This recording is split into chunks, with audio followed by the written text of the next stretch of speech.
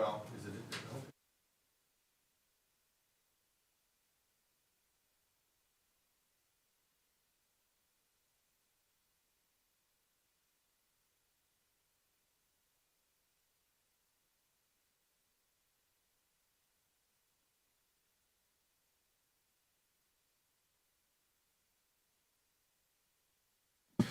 Okay, let's do it.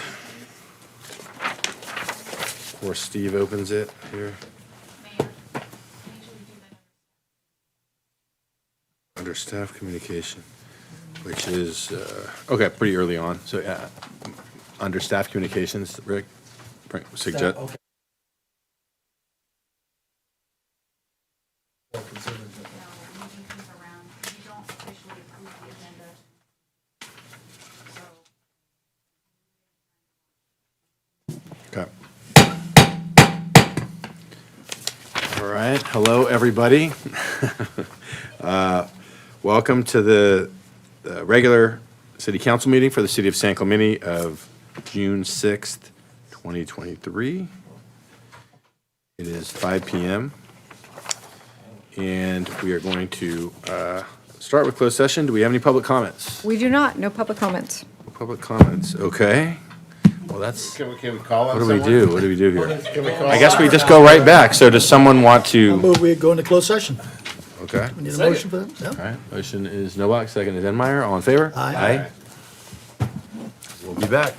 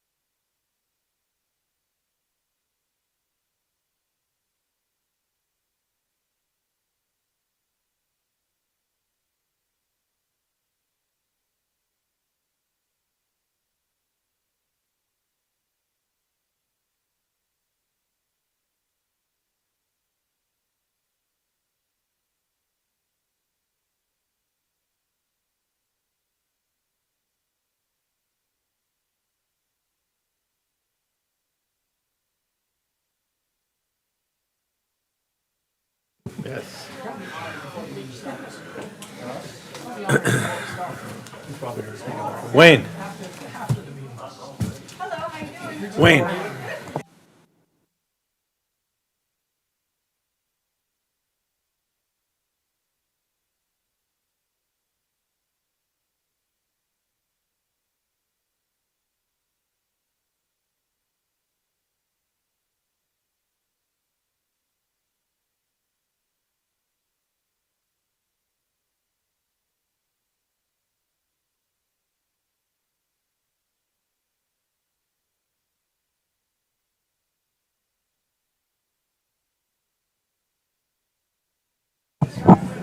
Yeah. The green stuff?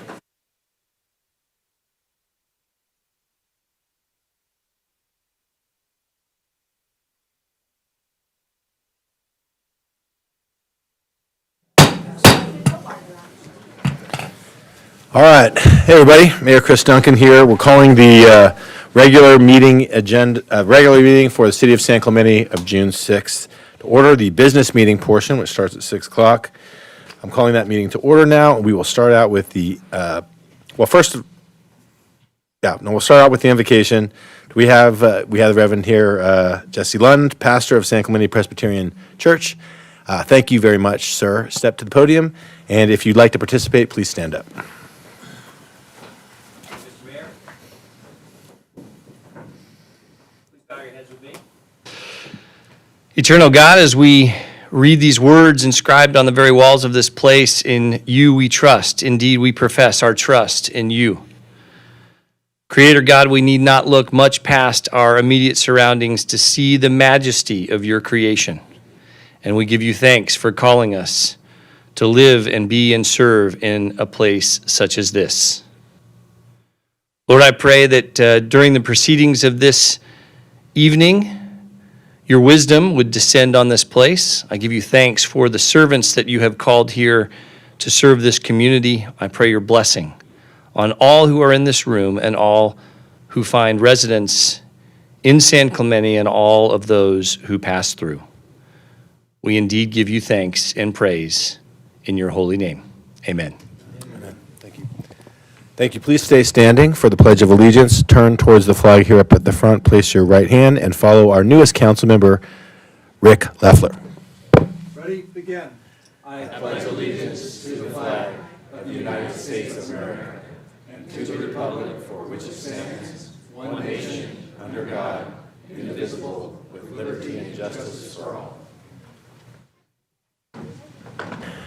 Thank you.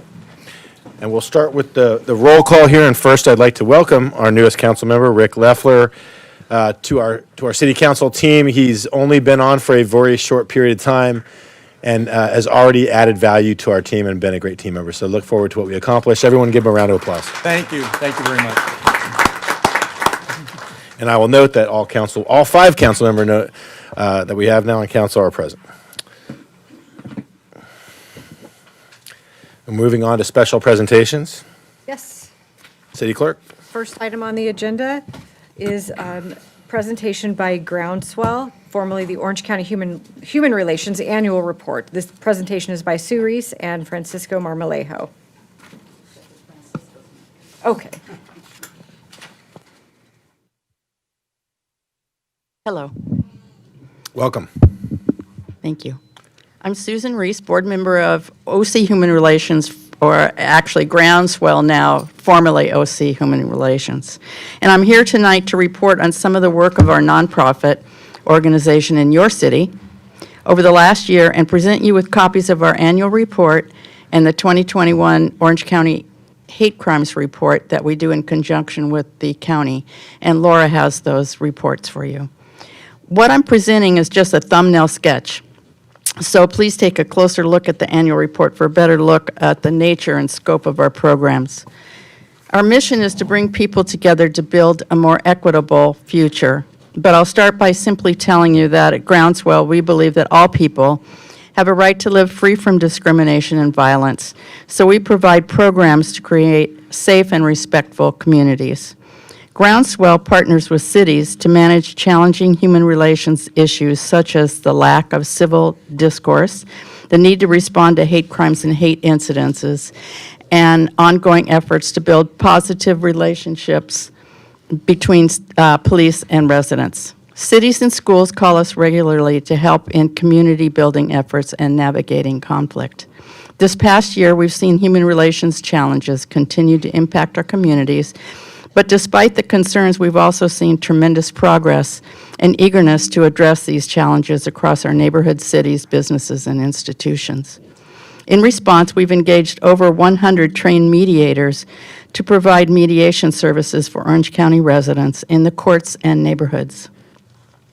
We expanded our restorative schools program to 12 schools where we provide training and workshops, and we facilitated 444 cases involving conflict in middle and high school campuses. We also assisted some cities with their human relations commissions. We're proud of our partnership with the cities, and we are ready to support San Clemente should you have need for our expertise.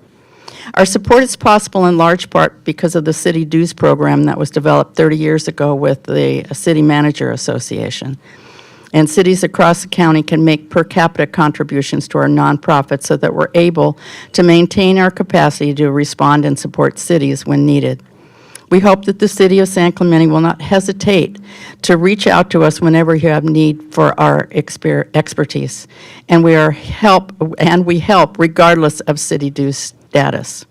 We're pleased to share how we worked with residents in San Clemente our last fiscal year. We mediated 17 court cases and 2 community intake cases where one of the parties lived in San Clemente. In collaboration with the County of Orange, local law enforcement agencies, schools, community organizations, and residents, we document hate crimes and incidents, and last year in San Clemente, I'm happy to say there were none reported. We work to build a sense of community among San Clemente residents and staff through our continual countywide hate crime education programs and our victim outreach and support system. In conclusion, OC Human Relations, now Groundswell, has appreciated your city's past membership in the Dues program as it supports schools and communities in building safe, respectful communities. It addresses community conflict and strife. It sustains a human relations infrastructure to serve cities when crisis situations occur. Together with your city, or cities like you, we're contributing to a safe and respectful county and building the important relationships that can be called upon in times of tension and turmoil. Thank you. I appreciate that. Thank you. Next item on the agenda is presentation of commendation to Patricia Hurtado in recognition of her heroic actions at the San Clemente Pier on Friday, May 26, 2023. Mayor, we do have one speaker card. Would you like to hear that speaker before you Yes. step to the podium? Okay. Amanda Q is the speaker.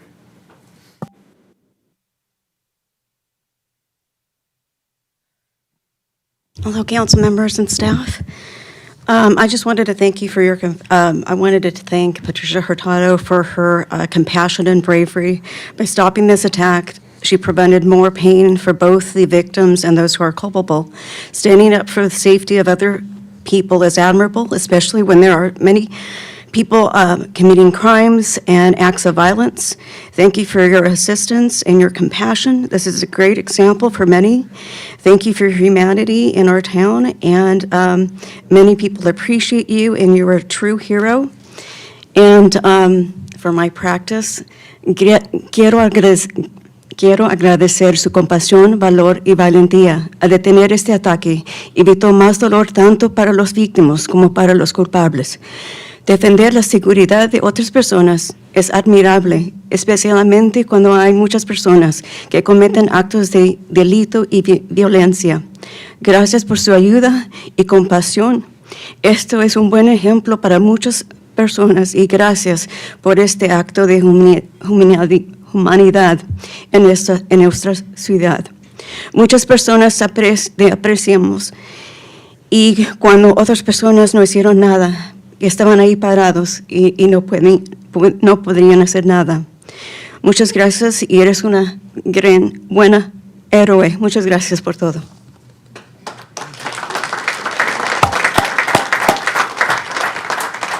I'd actually maybe ask the whole council if we'd like to come up for this, and then we can all present it together.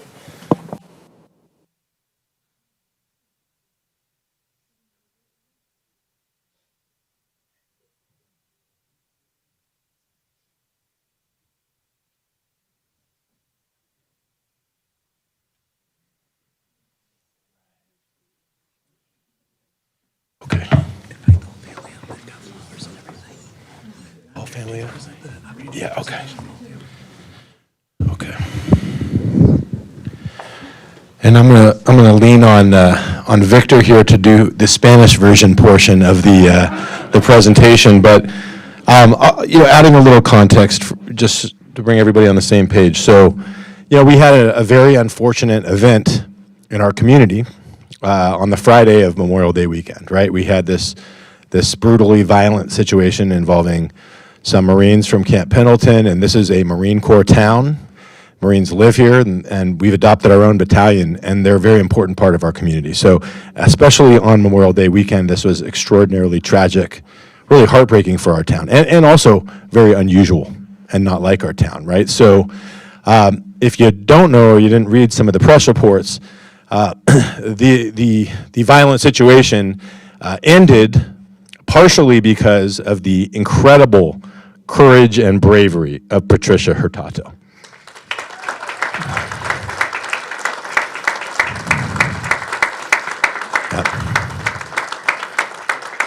Thank you.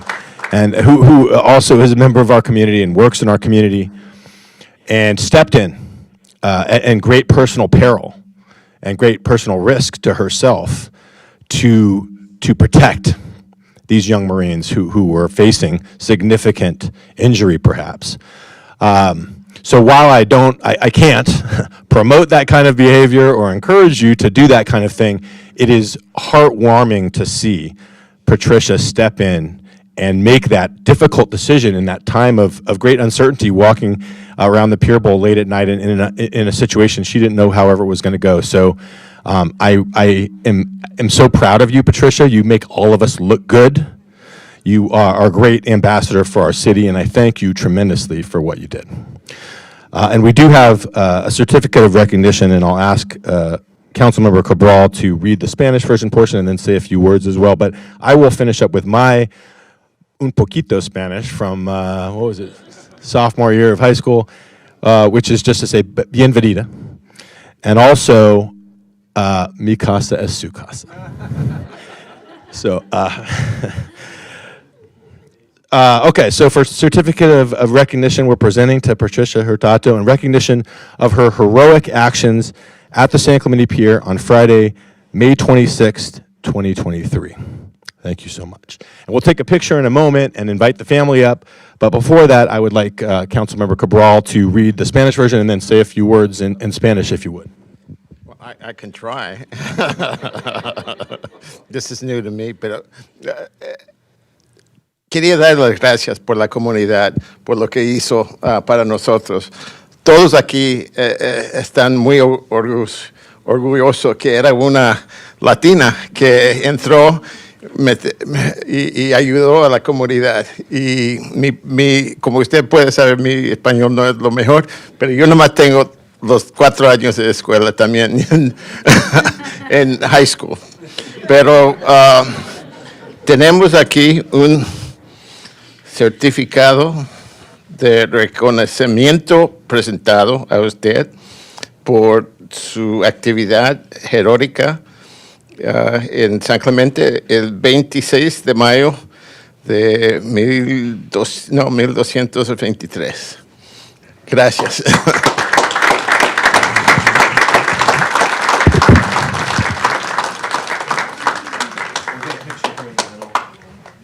Maybe just the council, and then if the family would like to come up as well.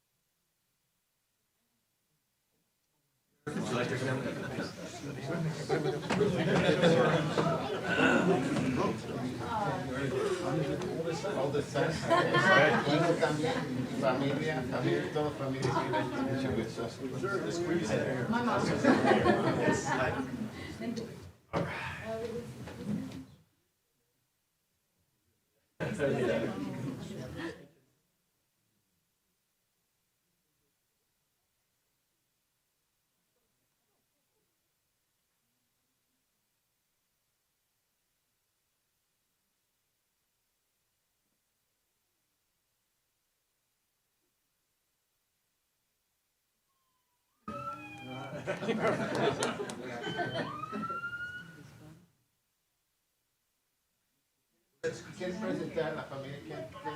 Hijos? Eduardo. Another son? Son mis hijos. The fourth? Mamá.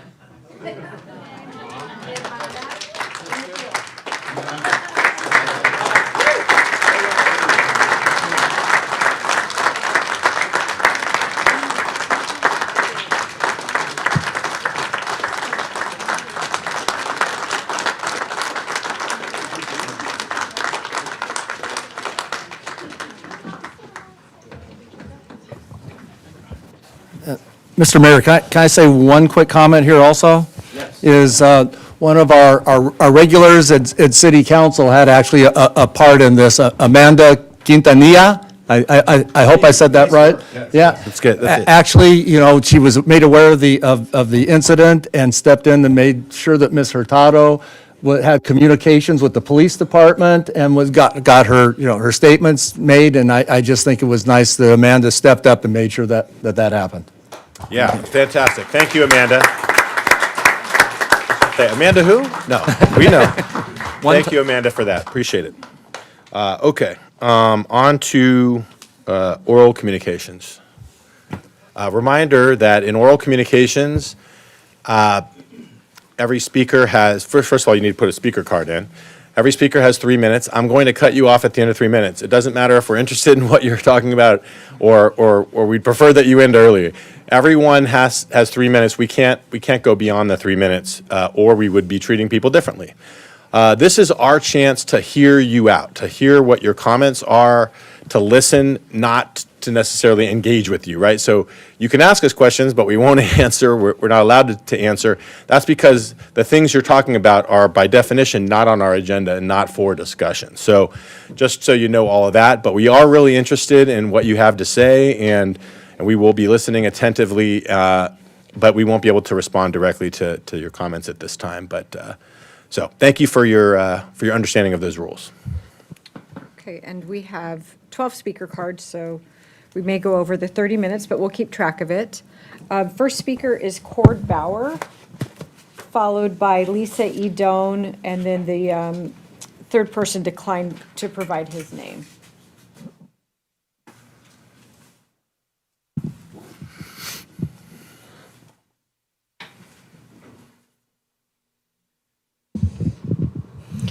Good evening, council. It's good to see you. I'm talking about safety and security in town.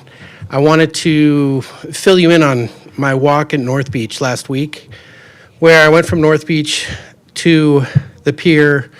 I saw where the sand had come down for the houses. I saw Casa Romantica. I saw the fire that had happened. That was horrible. On my way back, I had watched a gentleman at South Trestles walk out of the shrubs with a single-serve thing of wine and a San Francisco Giants cap, sit down, unkempt, drinking. I continued to walk, and when I got back to North Beach, there were the same 4 people, and I think some of the council even knows their names, and some of these gentlemen were quite aggressive to code enforcement a time ago. And they were there clearly smoking pot.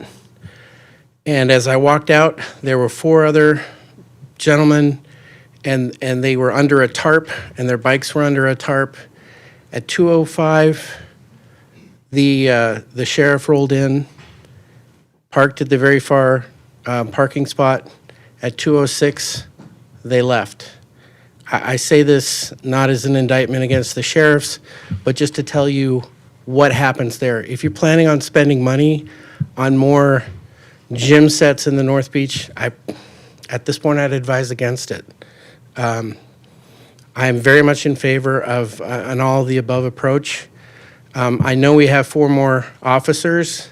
If they're at 12-hour shifts, that's 2 cars for 3 days or 1 car for 6 days. We can certainly use more, and I'll leave it there. You have very, very difficult decisions to make. Thank you. Thank you.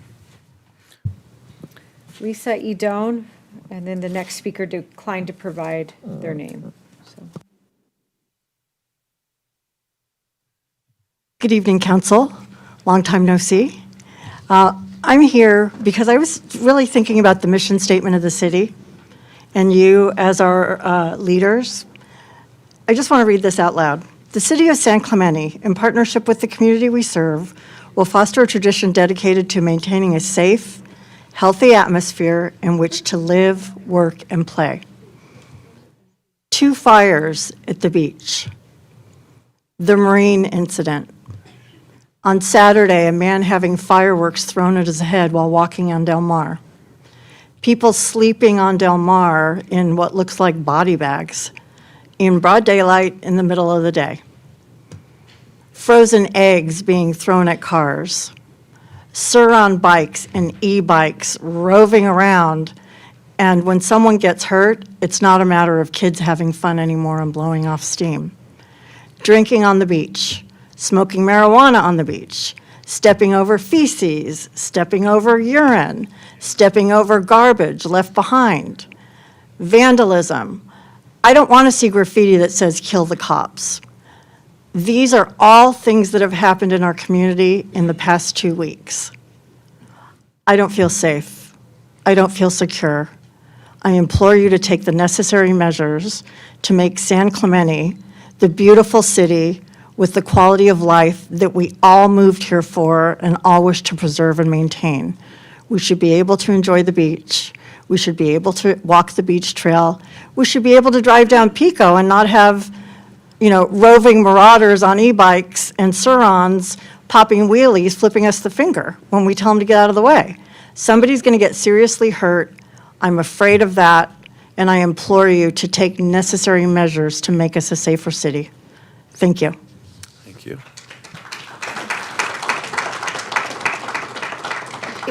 If you wrote decline next to name on the speaker card, it's your turn to speak. I think the gentleman's coming, followed by Cameron Cosgrove, followed by Susie Whitelaw.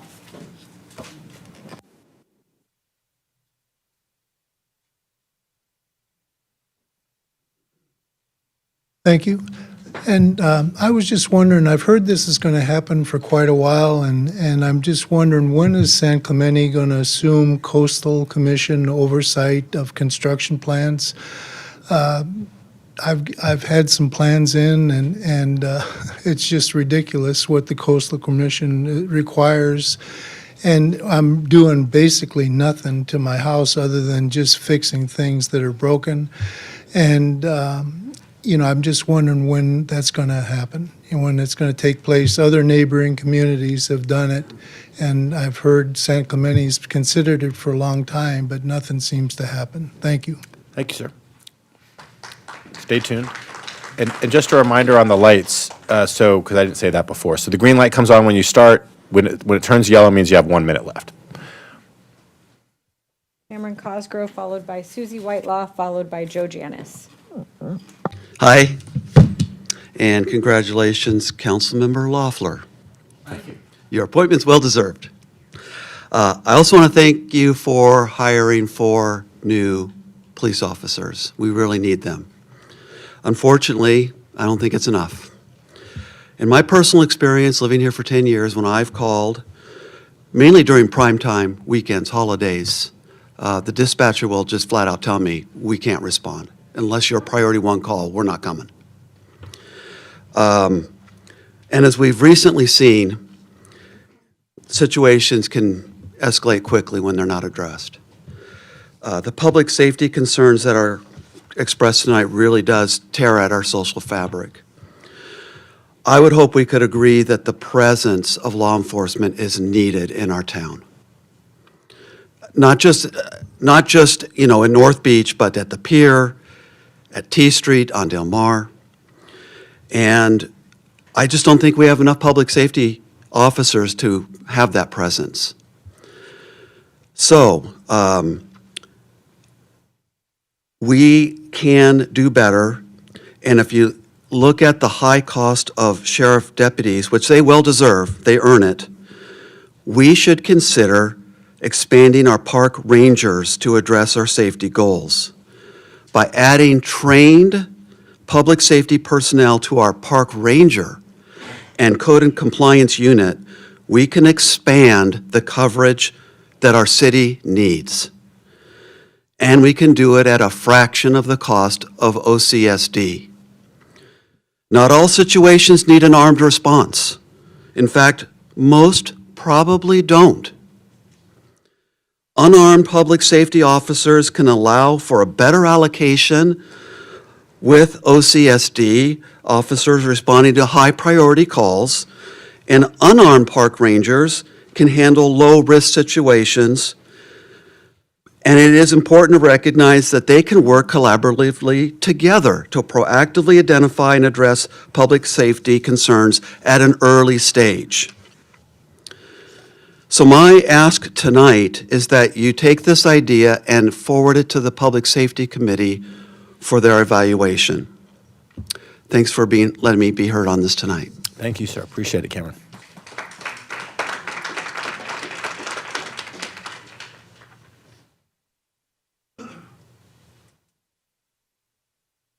Susie Whitelaw.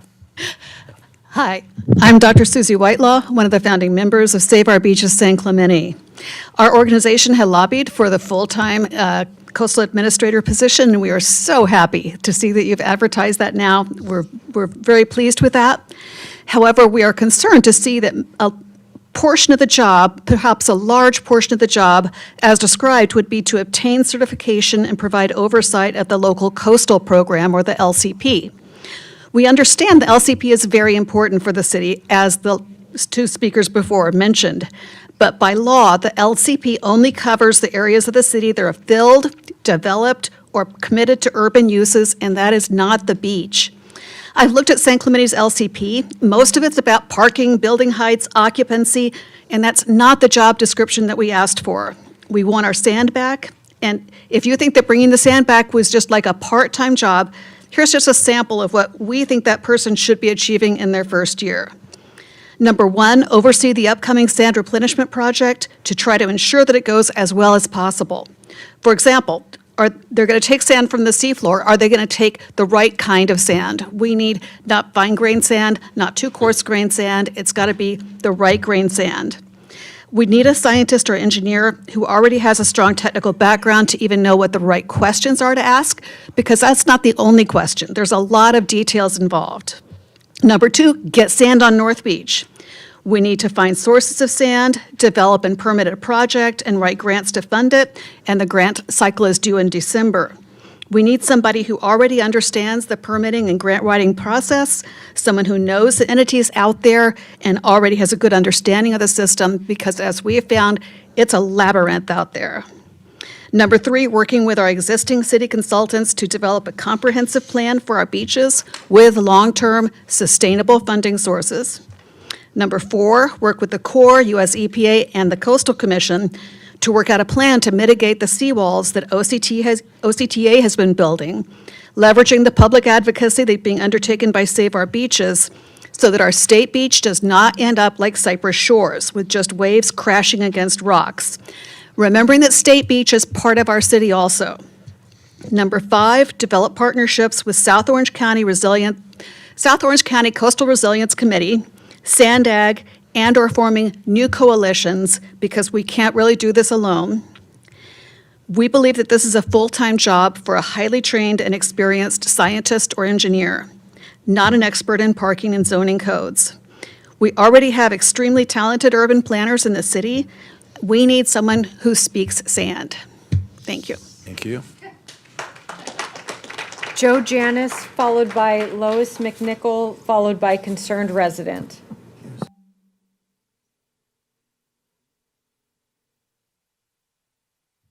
I thought when Rick Loeffler gone, we wouldn't be in national news as much, but I guess it hasn't happened yet. Huh? Yeah.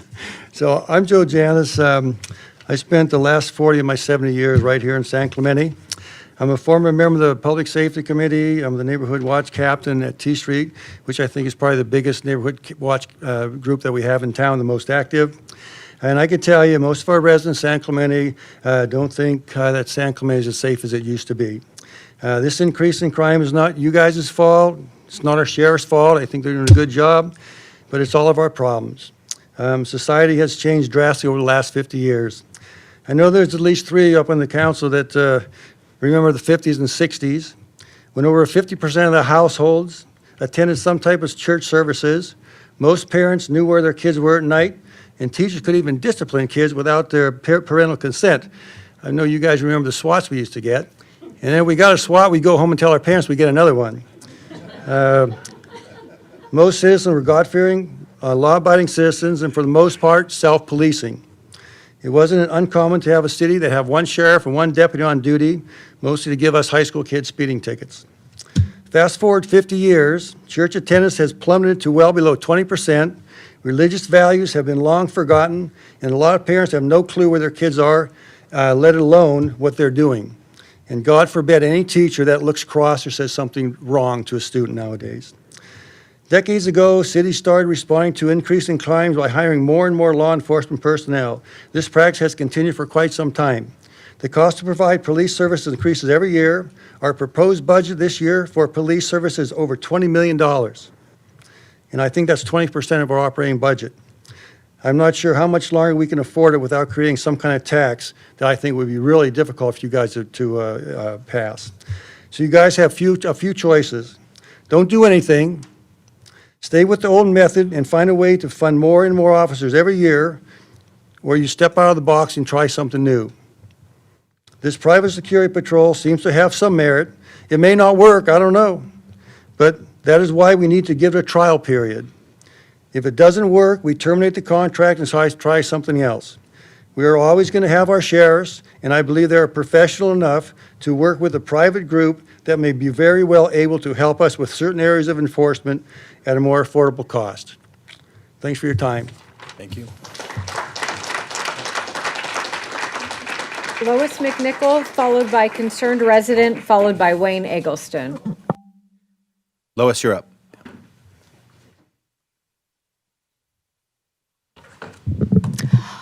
Okay, hi. Well, I went running again this morning, and I noticed that in South Beach, the stairs that are going up to the bathrooms up there have now gone down on one side all the way down to the rebar. So things are definitely happening, and they're happening, as the other speaker stated, within the last 2 weeks. And I'm also very appalled about what happened as far as the Marines are concerned. But what is even more devastating to me is that I spoke to another citizen about this on the trail this morning.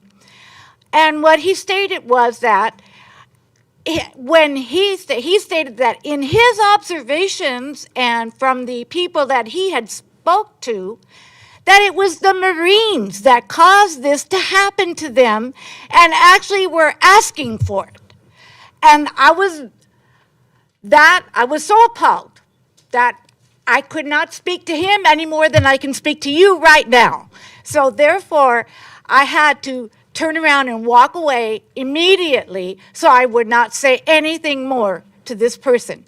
And what's even more horrible is that he runs a surf camp here in San Clemente, teaches kids how to surf.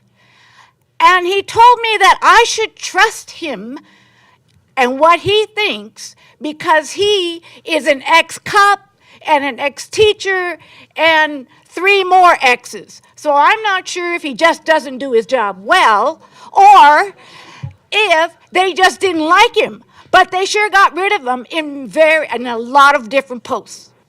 So therefore, we need, as the previous speaker stated, we need to get private security in here to work with the sheriffs. The sheriffs cannot do everything, but they sure should have been on that pier and stopping what was going on, and we should not have had to not have had to have a private citizen doing that.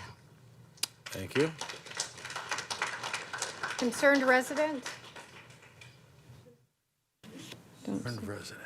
Is Ruth here? Okay. Wayne Eggleston, followed by Daryl McFan, followed by Clive Mackinson Sanders. Wayne Eggleston. I'm going to speak very plainly this evening. I'm mad. I'm damn mad. It took 2 minutes for a mob of teenagers to beat up 2 Marines and kick them in their heads to destroy what we have accomplished in the last 30 years in San Clemente by making this a Marine-friendly town. In 1996, the city of San Clemente and the Chamber adopted one of the first, they were one of the first in the country to adopt a Marine Corps unit, 2nd Battalion, 4th Marines, which we still have today as our adopted Marine Corps unit. In 2005, we built Park Semper Fi to honor Marines past, present, and future. And a couple of weeks ago, we had 2, not 1, Memorial Day ceremonies here in San Clemente. Now, what other city of our size does something like that? We are a Marine-friendly city. I want to thank the sheriff investigators for finding these teenage thugs as quickly as they did, and I'm going to call them thugs because they are.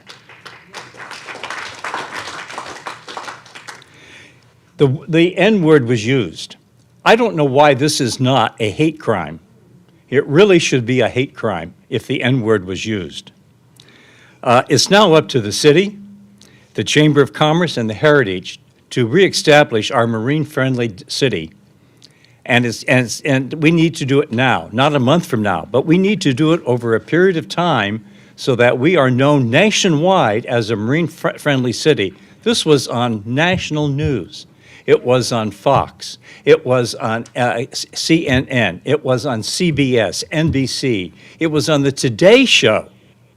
All over the nation. I received calls and emails from other commanding officers that we've worked with in this city who no longer are here, who are now retired Marines, who said, what is happening in San Clemente?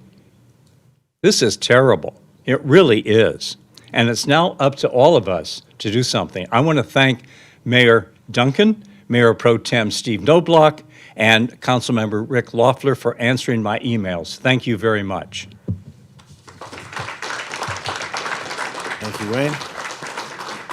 Daryl McFan, followed by Clive Mackinson Sanders, followed by Jill Watson.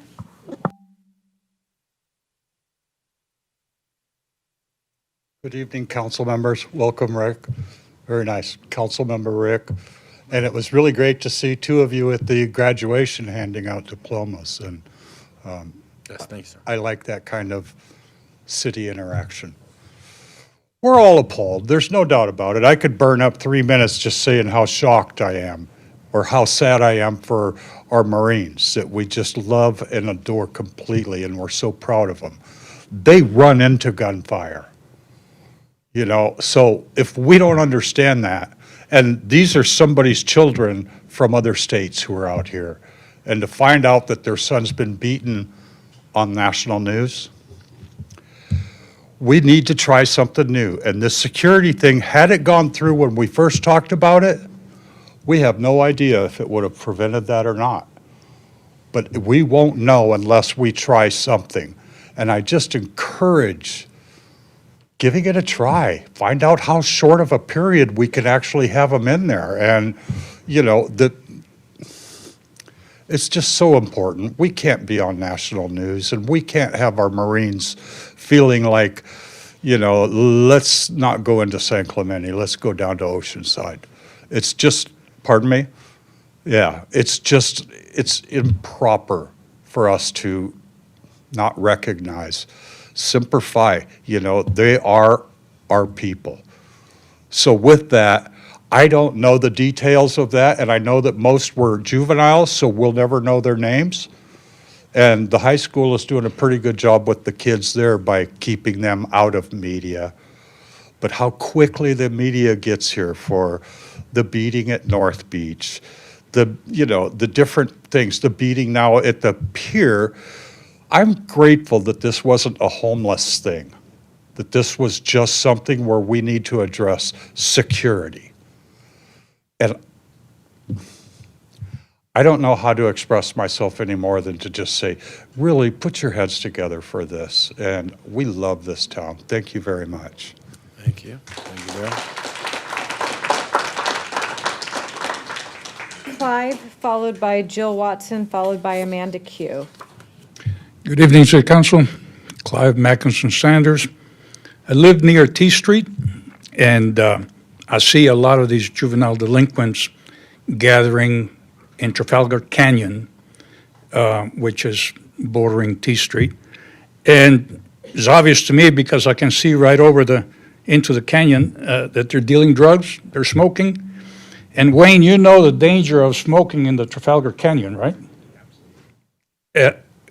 Now, last year, Captain Benefield was able to control this somewhat. I'm hoping that the new captain that we have here is able to do the same thing. But you guys need to see that the gathering of delinquents in Trafalgar Canyon to deal drugs and smoke be controlled and stopped. Thank you. Thank you, sir. Jill Watson, followed by Amanda Q.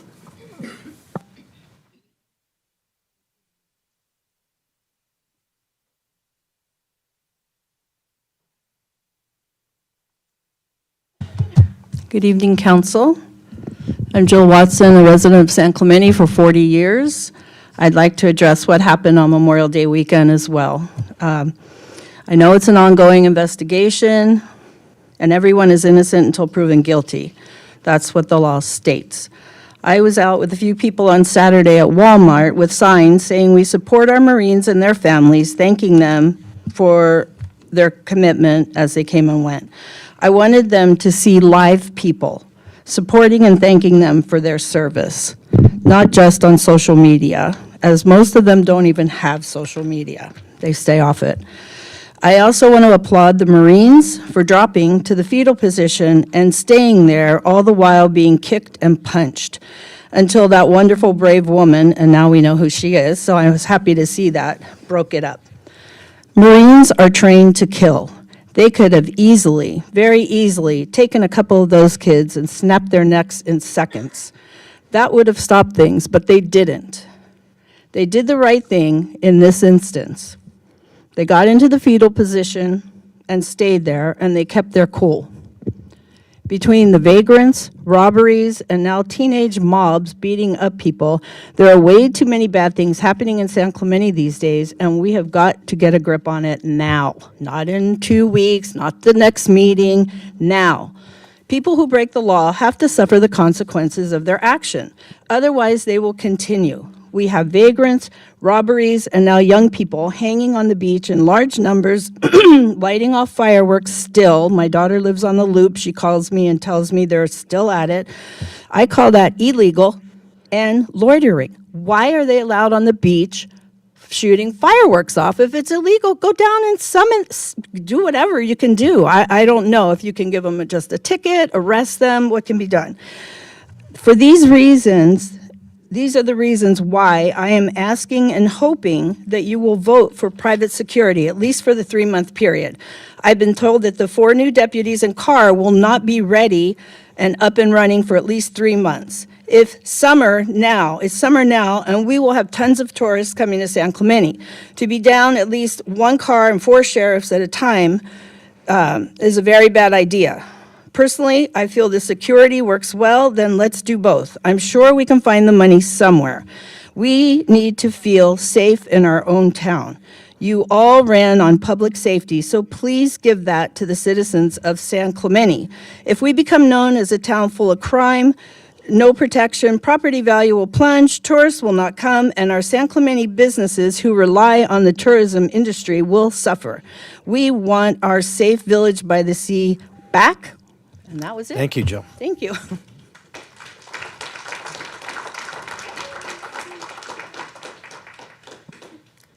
And the cue. So as a result of the brutal attack on the Marines, it came to my attention that witnesses to this attack were not able to give their statement to the deputies. The reason for this was their primary language was not English, so they were turned away. This is something that should not be happening, as dismissing key witnesses without taking their statement or even any of their contact information can negatively affect the administration of justice. What if these witnesses were not residents but people visiting and they went back home to another country without telling possible exculpatory evidence?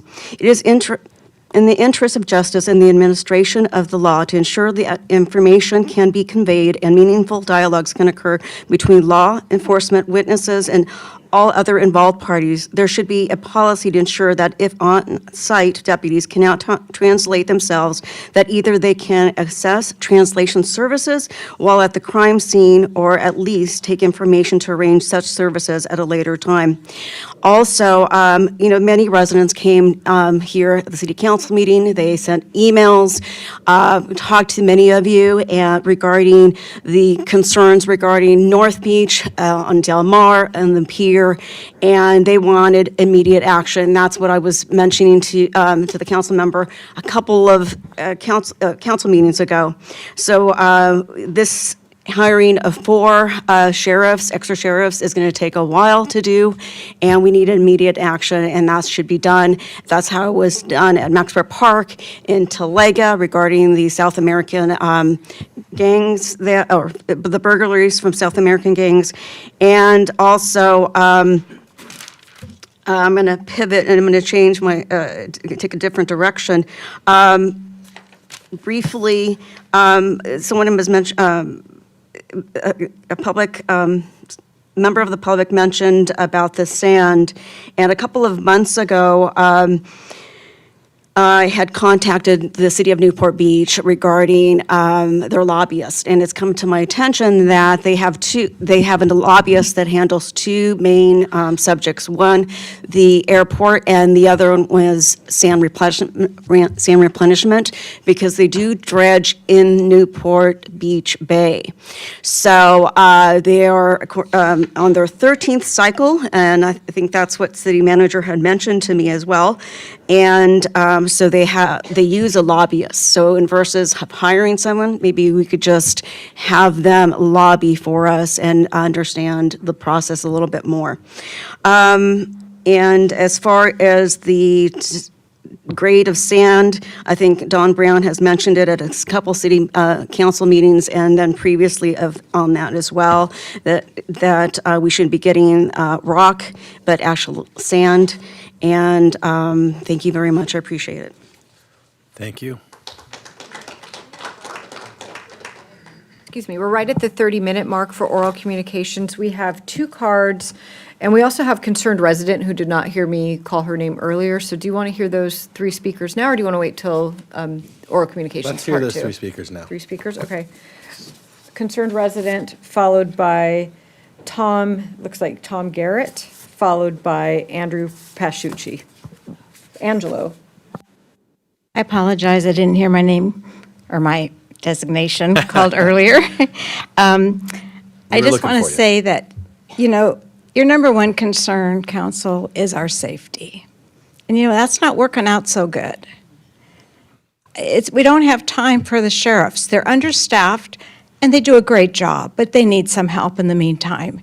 It's your number one concern to give us safety, and it's getting worse and worse and worse. I'm sorry, Mr.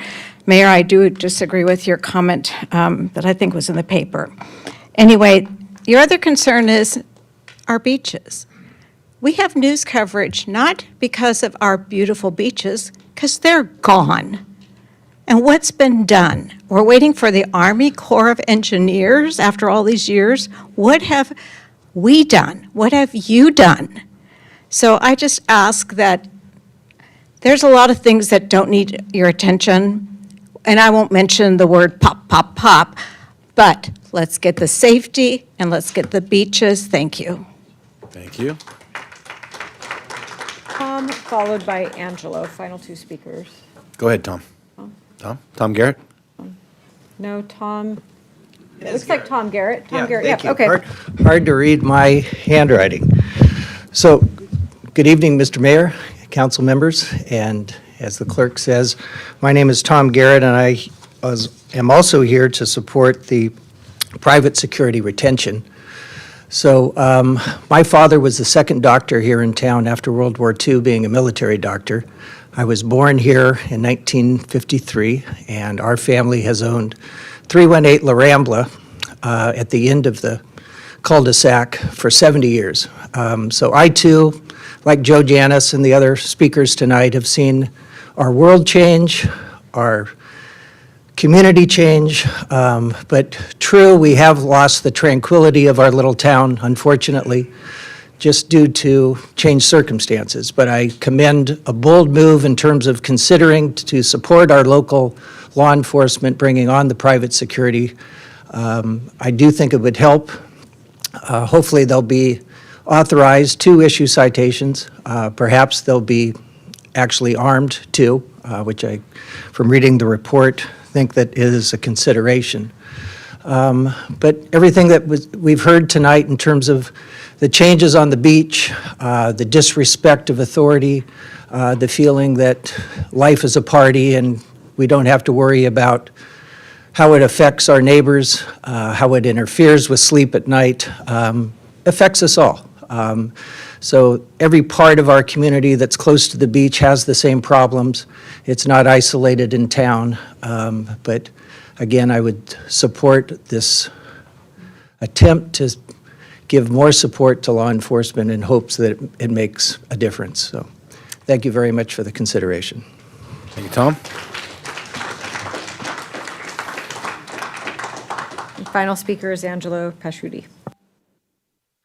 Hi, thank you so much, Council. Great to see you. To the citizens of San Clemente, thank you so much. I, as of last Thursday, was a United States Marine for 21 years, and I retired on Thursday and have grown my celebratory retirement beard.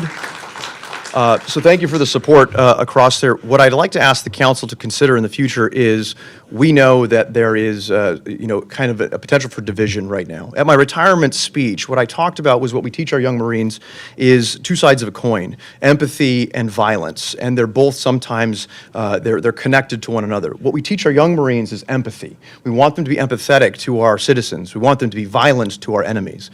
And so I applaud the efforts of the Marines to remain empathetic when they had the opportunity, but I do understand that accountability for both parties should happen. What I would ask the council is, I think that in the place that we have division between our two sects, between the Marines and between the community, is I think there's an opportunity for unification. And that is, I know the council has talked in the past about a Marine liaison or a Camp Pendleton liaison, and I think that's an opportunity to dive headfirst into the problem rather than continue to talk about what happened, who was wrong, who was right, where the truth lies somewhere in the middle, is to say, you know what, we're going to get to the part of where we're going to try to heal this. I would like to say probably 20% of our population in San Clemente is made up of young Marines or retired Marines. There's a large proponent of us in this town that we have come to love. And I think the opportunity for us Marines to be more part of the community, a little bit more vibrant part of the community, is a great opportunity for everyone. So thank you very much for the time. I do appreciate it and hope you like the beard. Thank you. Thank you, sir. And no more comments. So does anybody have a motion to waive reading in full of all resolutions and ordinances? Second. Motion is Enmeyer, second is Noblock. All in favor? Aye. Any council member want to agendize an item requiring immediate action? I'd like to maybe move item 10C, which is the close, or the changing of the hours at the beach. If we could maybe move that up, it seems like it would be timely with the comments. 10C. The beach is hours. the beach hours, and that is in new business. Where would you like to have that moved? As far up in the agenda as we can, right, like right now? Okay, let's have it moved right before the consent calendar, which is coming up very shortly. But does anyone have, oh, sorry. I would also like to move item 8A, the adoption of the fiscal year budget. I'm going to have a motion when we do that budget to reconsider our private security and include that budget item. Problem is, a public hearing, we can't really move because it's on a scheduled, Well, then we'll do it. I would, It's not scheduled, so we're okay to do It's it? scheduled to, at 6 or any, as time thereafter comes, so it'd be okay to move it. So we could move it, okay. Well, we used- And we have, I think most of the people in the audience here in support of that, so. So you want that moved right after 10A, or right before? 10C? Yes. And is it okay if we do both of those right before consent calendar? That's coming up. Right Okay. before consent? Yeah. Right before consent. Okay, any objection to that? Hearing none, we will move forward with 10C and then 8A right after item number 6. Anybody have any items not agendized requiring immediate action? Okay, hearing none. Closed session report from the city attorney. Thank you, Mr. Mayor. Council met in closed session on the two Foothill Eastern Transportation Corridor everyone hear? Agency cases. No, can't hear. Council met in closed session on the two Foothill Eastern Transportation Corridor Agency cases that are listed on the agenda. There was direction given, no reportable action. Council also met in closed session on the City of San Clemente versus the Emergency Shelter Coalition case that's listed in the agenda. Direction was given, there was no reportable action. Thank you. Thank you. Any staff communications? For staff communications, we have Jonathan Lightfoot with a trolley update. Ooh. Good evening, Mayor and Council. You reviewed an item at your last agenda and had a couple of questions that you had asked that staff reach out to OCTA for additional information on. So we've done that and gotten some feedback from them, and I wanted to relay that update this evening. The first question that was raised was whether or not the city could use the red trolleys on the green line if this council did decide to extend that service instead of the blue line. The response from OCTA staff that oversee the Project V implementation, that's all of the trolley programs in all of the cities in Orange County, the response was that since we used the grant funds to fund the purchase and acquisition of those trolleys to run on designated routes, that they would not support them being used on a separate route. That was the first question. The second question was whether or not the existing blue line, which runs between Dana Point and the outlets, could be extended to go down to the State Beach. And the response from them on that was that does conflict with their priority of not having direct competition with their existing bus routes. So bus route 1 would be in conflict then with that extended route, so they wouldn't be supportive of that. They did support, if the council chose to fund the service, which there's not additional funding for this, so it would be city funded.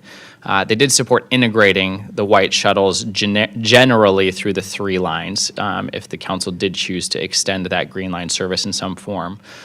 So we couldn't allocate the 2 specifically only to the blue line, but we could use them generally through the 3 lines. They would be supportive of that piece. The one question I did not ask, but can follow up on if there's interest from the council is whether or not the red line could be modified to add a couple of stops, not necessarily the full breadth of stops that existed within the green line, but to extend the red line in some form or fashion. OCTA said that they can review the request. They would like to see a letter from city staff if there is direction that council would like to give on this topic. But the normal window of formal approval is typically not until October is when we would submit the request in December for the review. They indicated that they would likely be able to support the scenario that I had mentioned of integrating 2 white lines and the city funding the green line, but the modification of the red line to extend is something that the staff indicated they would have to discuss further internally after reviewing a letter from the city. So that's the portion I wanted to relay as far as the routes. And then as far as the costs to operate are $100 per operational hour. So translating that would be operation for the full summer would come to $245,000 for the green line, and operation on Saturday and Sunday only for the summer, and that means through the end of September, would be $74,800. So those are the two tiers, about $250,000 and about $75,000, if you wanted to consider that. The third alternative, of course, would be to wait for the grant opportunity that we expect to open later this year and look at operations beginning next summer. So that concludes the update that I have on the trolley. I do have a couple of other staff points that I'd like to express regarding North Beach, if they're not questions on the trolley item. And are we permitted to ask questions of this item under staff communications? You can ask brief questions, there just can't be any council action. Okay, any questions on the trolley? None. Do we think, go ahead. Sorry, how many white vans would there be? So we've been running 2 trolleys on the Green Line. So if we maintained the same level of service and operation, we'd be renting 2 white shuttles to supplement because those 2 trolleys are now operating on the Blue Line. Do we know if other cities have these white shuttles, and are they as successful as, say, a trolley?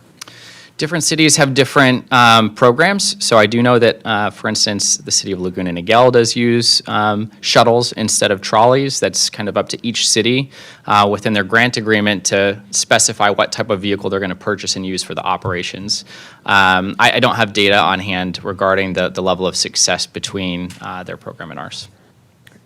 When you said, Jonathan, that we could integrate, so the 2 white shuttles might not operate completely just on the Green Line. If we went with the 2 white shuttles, they might be mixed in on the blue and the red, and then there might be trolleys that operate on the Green Line at times too. Correct. They just weren't comfortable with us exclusively designating those white shuttles onto an existing line. Would any council member like to agendize a discussion of this at our next meeting so we can make some of the decisions that Yes, Jonathan has presented? I would like to agendize that we discuss the trolley lines at our next council meeting.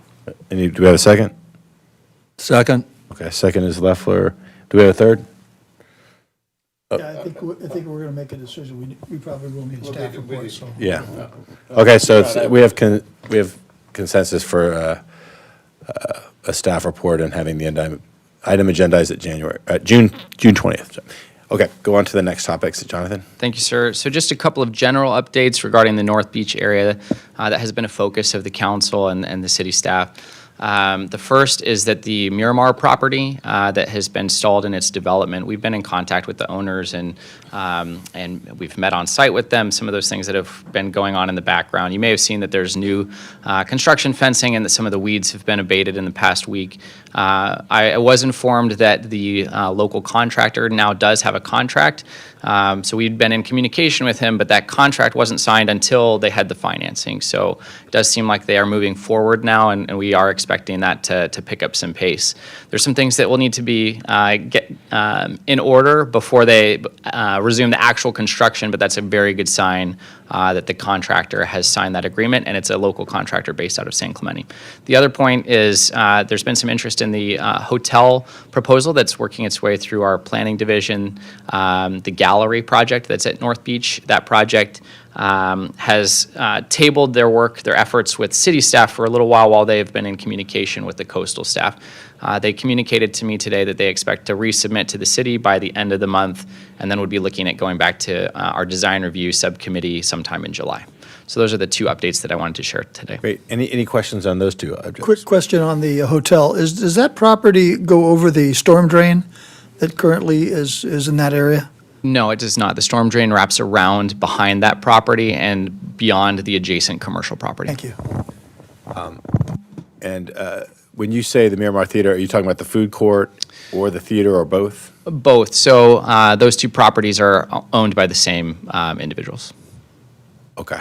And so they expect to move forward with both components of that project, the food court and the wedding center / event center? They do. The contractor has indicated that his preference and plan would be to, however, divide those up so that they have 2 teams working so that each project can move forward independently. Thank you. Any other questions? Do we have approximation on a timeline on that?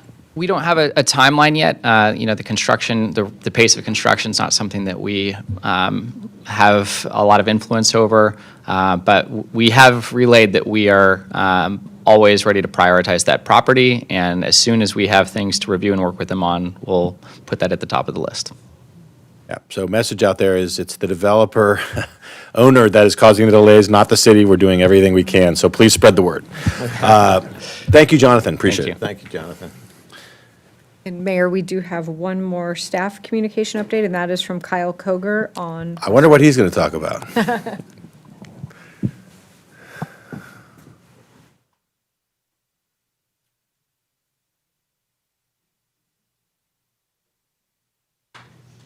I wish we could talk about something else. Good evening, Mayor and council members. Kyle Koger, Public Works Director. I'm going to give you an update on the Casa Romanica landslide, and I'm going to show you a few photos.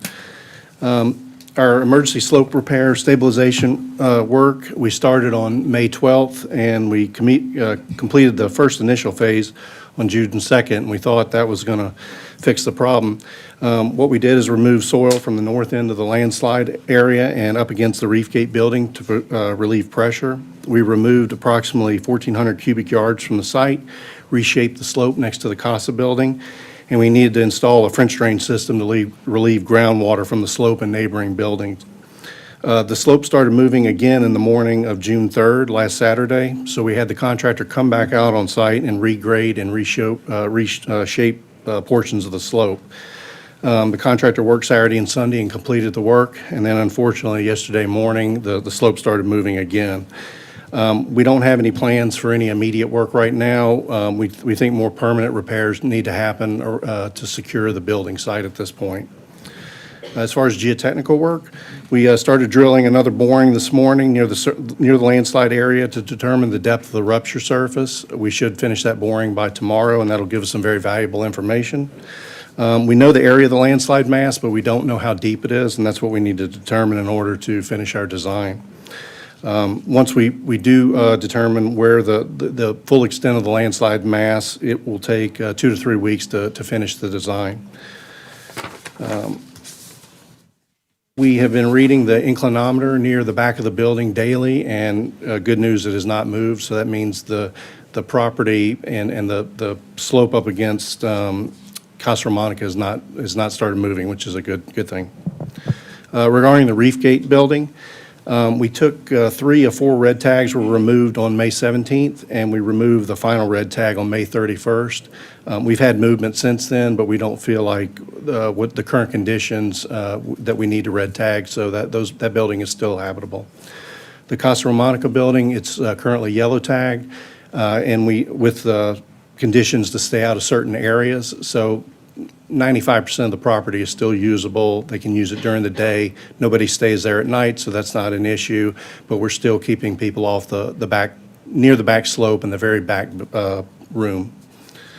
Regarding OCTA and Metrolink, the train service was initially restored on Memorial Day weekend, and then it was suspended indefinitely yesterday morning.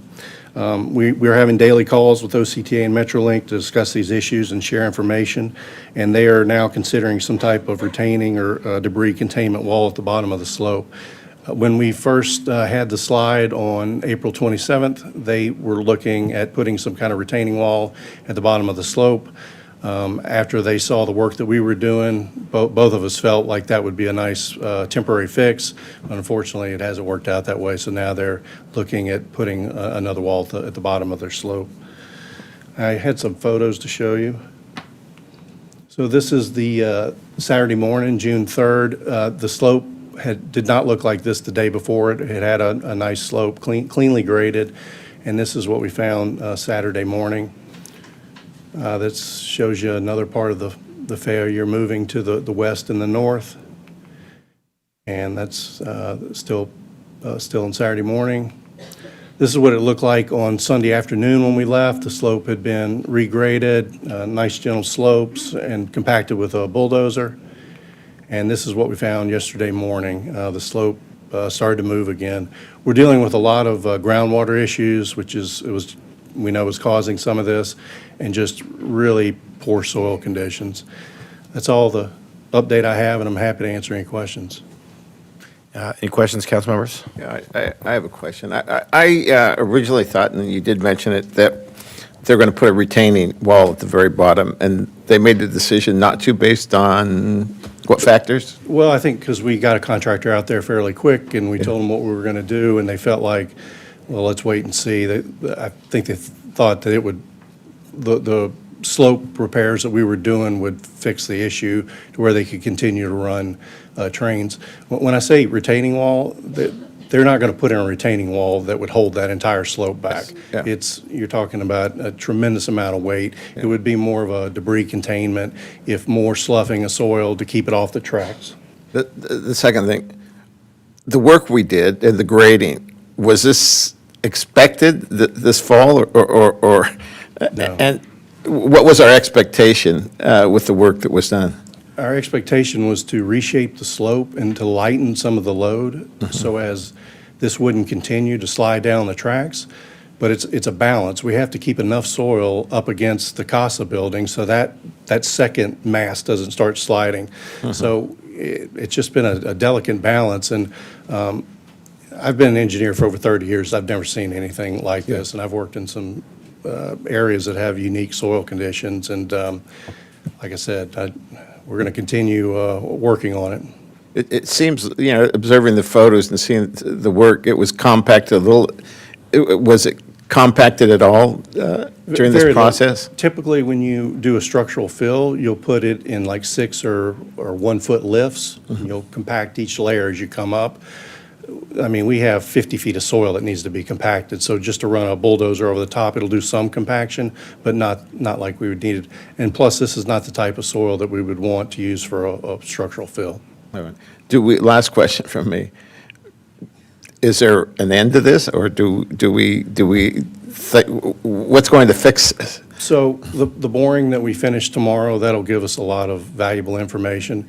I've talked to the geologist and geotechnical engineer today. We're going to probably look at doing a soil nail wall. So it's a shotcrete wall with soil nails in the slope at Casa Romanica, like a 40-foot tall wall. And then that will allow us to excavate some of this bad material and secure the slope. And that's more in this first phase of the work was the temporary repairs. I think we're going to have to move to more of the permanent repairs because we're just having issues. Well, thank you very much. Following up on that before the next question, when you say soil conditions or bad soil, can you explain to the public here what you mean by that? We basically have this 30 to 40 feet of beach sand sitting on a hard clay layer with a lot of groundwater. So we had, I think, 20 inches of rain over the winter. That's 2.5 times what we normally have. It just soaks into this material, and then I described it to someone earlier. It's like placing an ice cube on the hood of your car in the summer and trying to have it stop. You can't do it, and it's amazing to me how we keep reshaping the slope and try and move dirt around to evenly distribute it, and it still is sliding, so. Yeah. So the sand gets on that clay that's now moist and wet, and just like if anyone's ever touched clay that's wet, it's very, very slippery, so the sand just slips right off it. And you can see some of the clay out there. It's almost like a mirror. It's so slick looking. Okay, thank you. Mayor Pro Tem Nawab. Question, is the Metrolink service currently halted there? Yes, sir. Any expectation on when it'll open? We meet with them every afternoon, and they're talking about maybe clearing some of the debris at the bottom of the slope and reopening at some point. Mostly the freight trains. I don't know that the passenger trains, it might be a while off. Have we used local contractors in any of this emergency work that's being done? We have a local contractor preference policy in place. Can you comment on that? Geotechnical engineering firm, LGC, they're a long-time San Clemente company. The contractor is from Escondido. Okay. You've kind of answered this question a little bit, but how much additional soil, you moved 1,400 cubic yards, how much more additional soil do you expect, your best estimate, that would have to be moved before the angle of repose is achieved?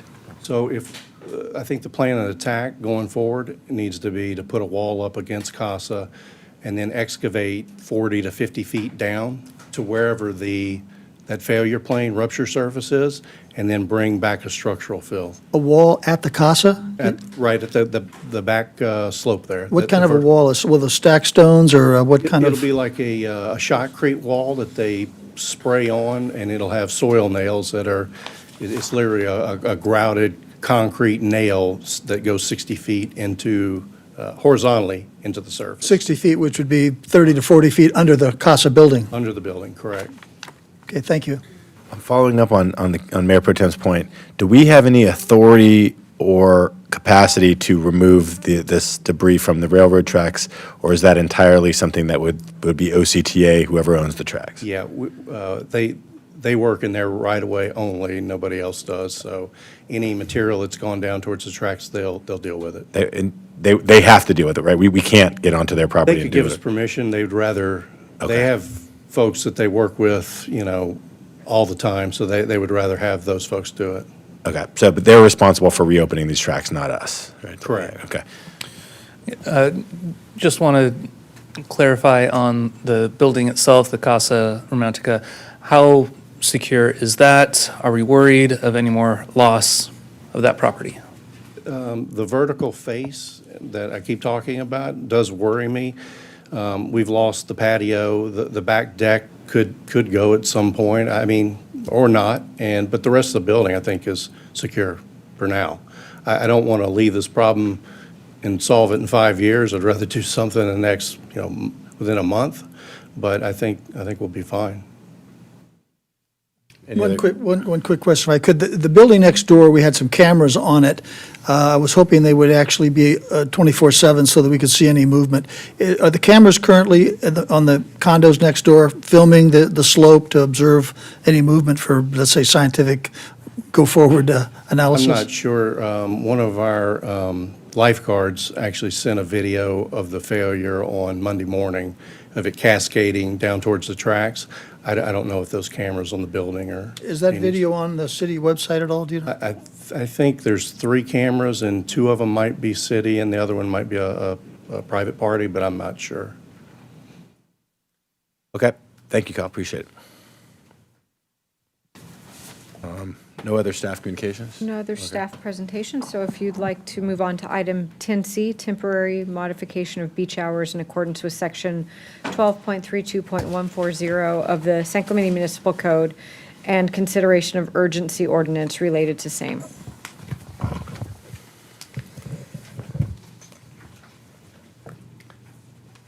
Do we have any staff presentation on that? We do.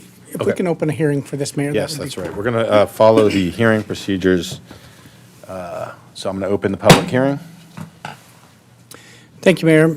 Some of the items you heard about tonight that are happening down on our beach, a lot of them are happening after 10 o'clock p.m., and most of the other beaches in the county, including the state beaches on both sides of our beaches, are closed at 10 p.m. So staff has proposed, and you see a series of items here, staff is proposing that we take the actions necessary to close the beach immediately, even starting as early as tomorrow night at 10 o'clock p.m., so that we are more consistent with what's happening in the other communities. The municipal code allows the city manager to close the beach in terms, but I do think that it's intended to be for more temporary items such as perhaps king tides or something on a temporary nature. And so what we want to do is make sure that at the same time we can do that immediately. That's an action that the city manager can take, and I'm proposing that you authorize me to do that. We also want to make sure that we're amending our municipal code so that in the longer run, we can keep it closed at 10 o'clock p.m. and keep that consistent.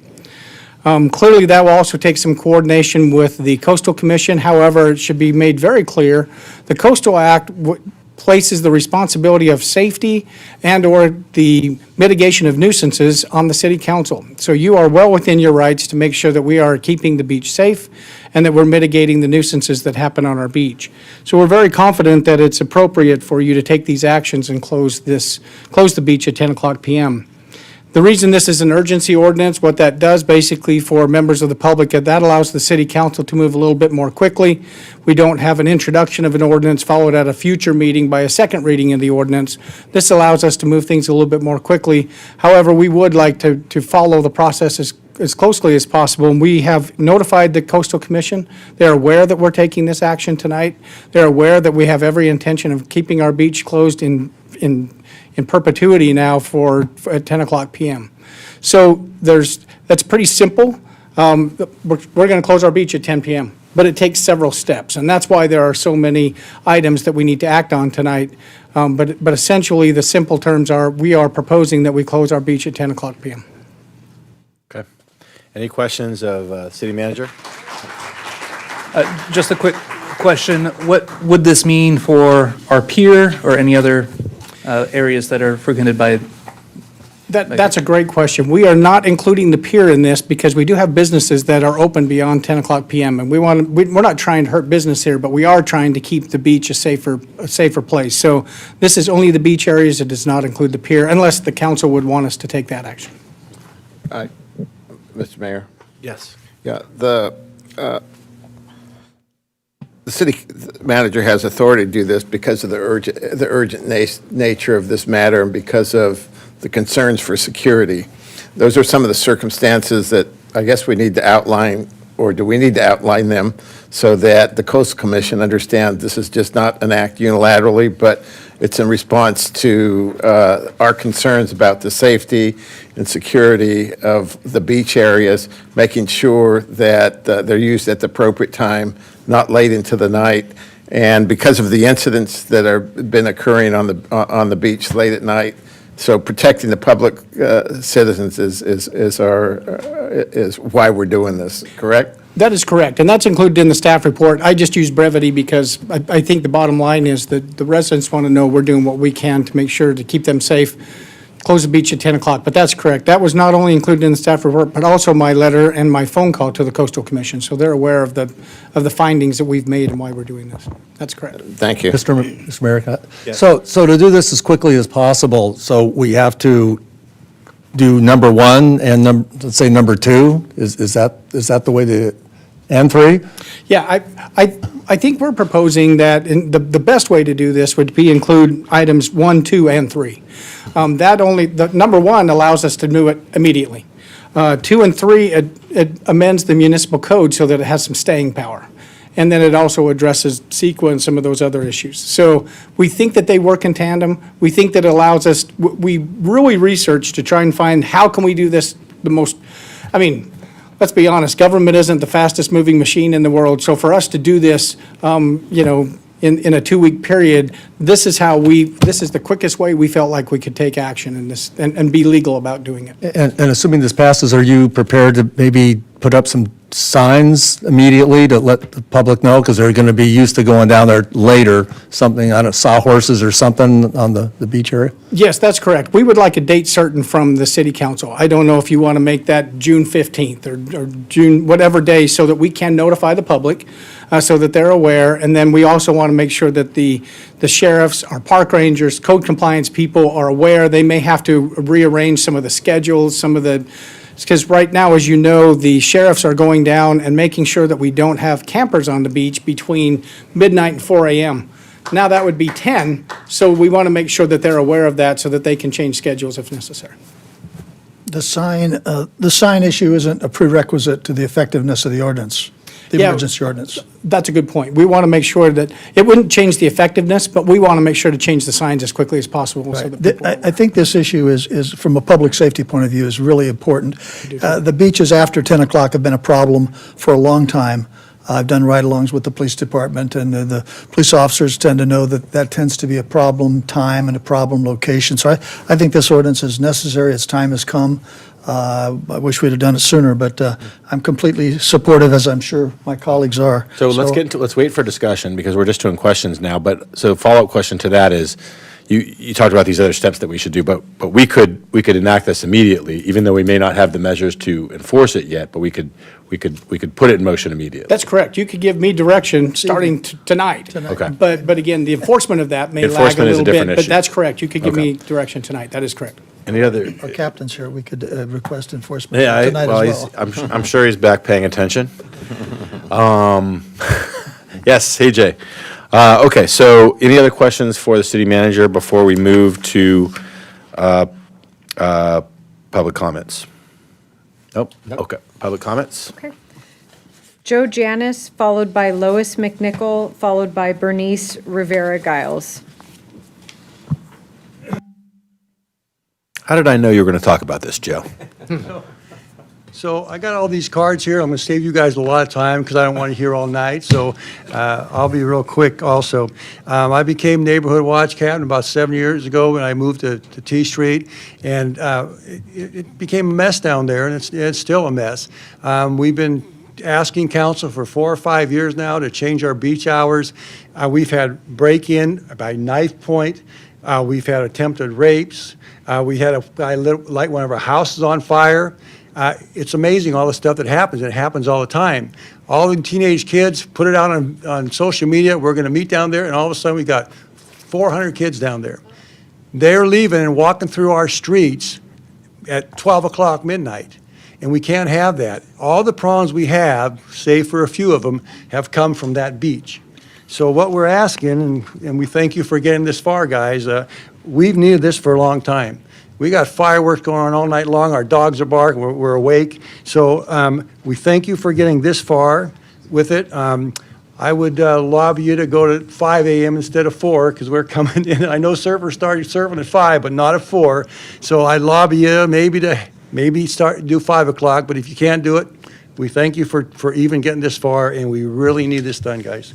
Thanks a bunch. Thank you. Lois McNichol, followed by Bernice Rivera-Giles, followed by Darren Rude. Hi. No, I won't be quite so nice, but I love the fact that we are closing the beaches earlier. But it doesn't do any good if there's nobody down there to enforce that. Again, we come back down to the fact that we need somebody down there that's patrolling the beaches. If we're going to enforce this, we're going to close them at 10. Somebody's got to be down there enforcing the fact that people are not down there. I also have another issue. What about July 4th? Are we going to close the beach at 10 o'clock on July 4th? That's a holiday where a lot of people are on the sand and we're blowing up fireworks. You really think everybody's going to be able to just rush off the sand at 10 o'clock? Should we make that maybe there should be some exceptions to this 10 o'clock rule, such as holidays as like July 4th? So that's another thing you need to think about. I'm all for closing the beaches earlier.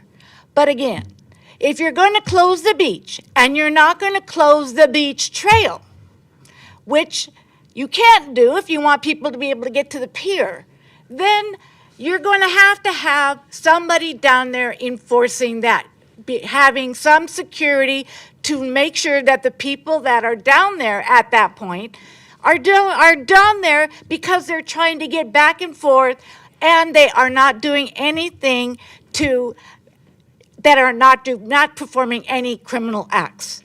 Because all of these kids, and it's horrible that I have to say that our high school kids are out there roving packs, and we're beginning to sound like Los Angeles and San Francisco, where those are the communities where once people loved to live.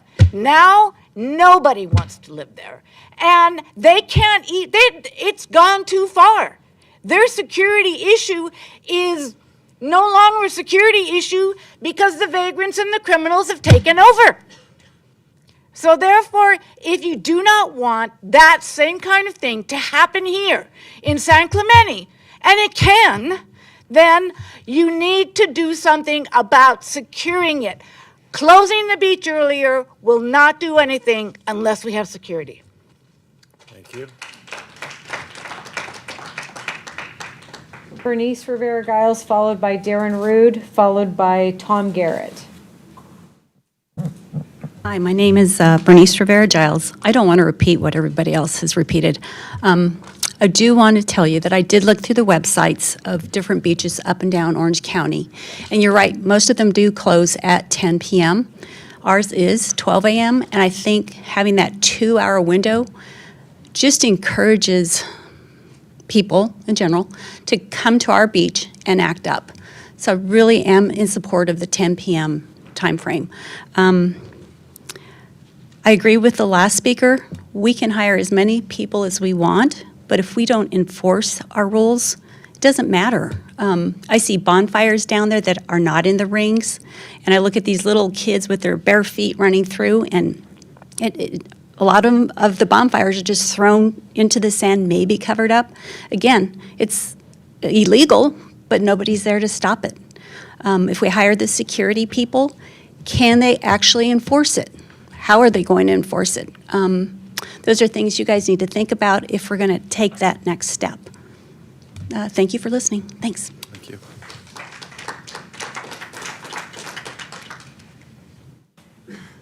Darren Rude, followed by Tom Garrett, followed by Rick Price.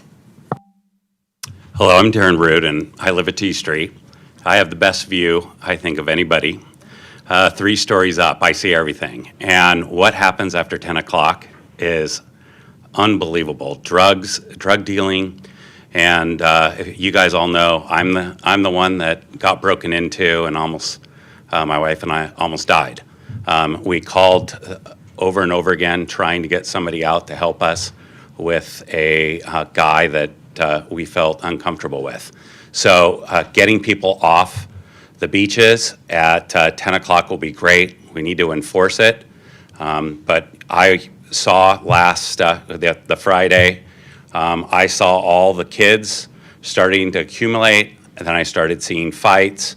I called 4 times to dispatch. They weren't doing anything really wrong yet. And then I started calling 911, talking about fighting and fireworks getting shot at each other and them jumping on the West Toast restaurant. And once I saw that happening, and I knew we've had fireworks hitting kids and hurting them and them off to the hospital, I'm always calling earlier than the actual event occurs. You know, the kids were all driven down to the pier. You know, the sheriff came and started shining flashlights at them at T Street. They moved towards the pier, and then it erupted even bigger. We need to do something. We need to get people off the beach at 10 o'clock. If the sheriff goes down right now at noon, you know, there is a lot of people down there, and they're not the people that you want in front of my house or on a San Clemente beach. So we really need to do something. The hours will be great if it's 10 o'clock. Thanks, you guys.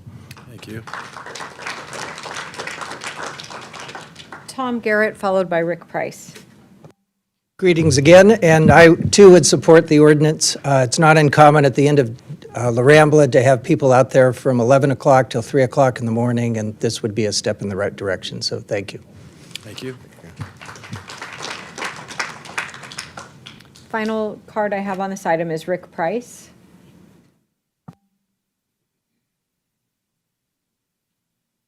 Thanks, Council. Rick Price, a resident of North Beach. Strongly support the idea of limiting the beach hours. And I did want to also just touch on the security. I know this isn't the agenda item right now, but I have an 8-year-old and 2 5-year-olds in the back that I need to put to bed. And this issue is that important that I drug them here tonight. It's just, I think it's reached that point, and I like many have said, I think it is worth a shot to give the security an option. We've recognized that there have been more deputies down in North Beach, and it's certainly like helpful, and we appreciate it. I think the issue is that there are many people that will just harass you as you're walking by, and my young children are hearing things that I didn't want them to hear until they were 18. And we get harassed by people, and that's not something that I think is a good use of our sheriff's time to sort of manage that. And I do think it's a good use of like a security company's time, and I think that's the right fit, and I think it's the right time to do that. So just wanted to ask you once again, I was here a month ago, ask you once again to reconsider that. Thank you. And no more comments? No more comments. Okay, I'm going to close the public hearing and open it up for council discussion. Do we need to read each of these ordinances? Well, first of all, do we have any discussion before we get to any I'd like to make motions? just a couple of comments in regards to addressing some of the citizens' concerns. Number one, this is a tool that we need. You know, we talk about enforcement, but we have to have the tool first before we can enforce. This is still, they have discretion. I mean, you talked about 4th of July, which is true. Every beach, including Huntington Beach, that does a big fireworks show, still has their beaches technically closed at 10, and the sheriffs don't have to start enforcing that until later. But it starts people moving earlier. It makes it easier to enforce ultimately. So there are strategies to enforce this. It's not something that can't be done. Certainly, maybe private security would help doing that, but the sheriffs have some strategies in place. And I know Captain Christian has committed resources to enforce any codes that we have. And once we have this code, there will be enforcement. So that's all I've got to say.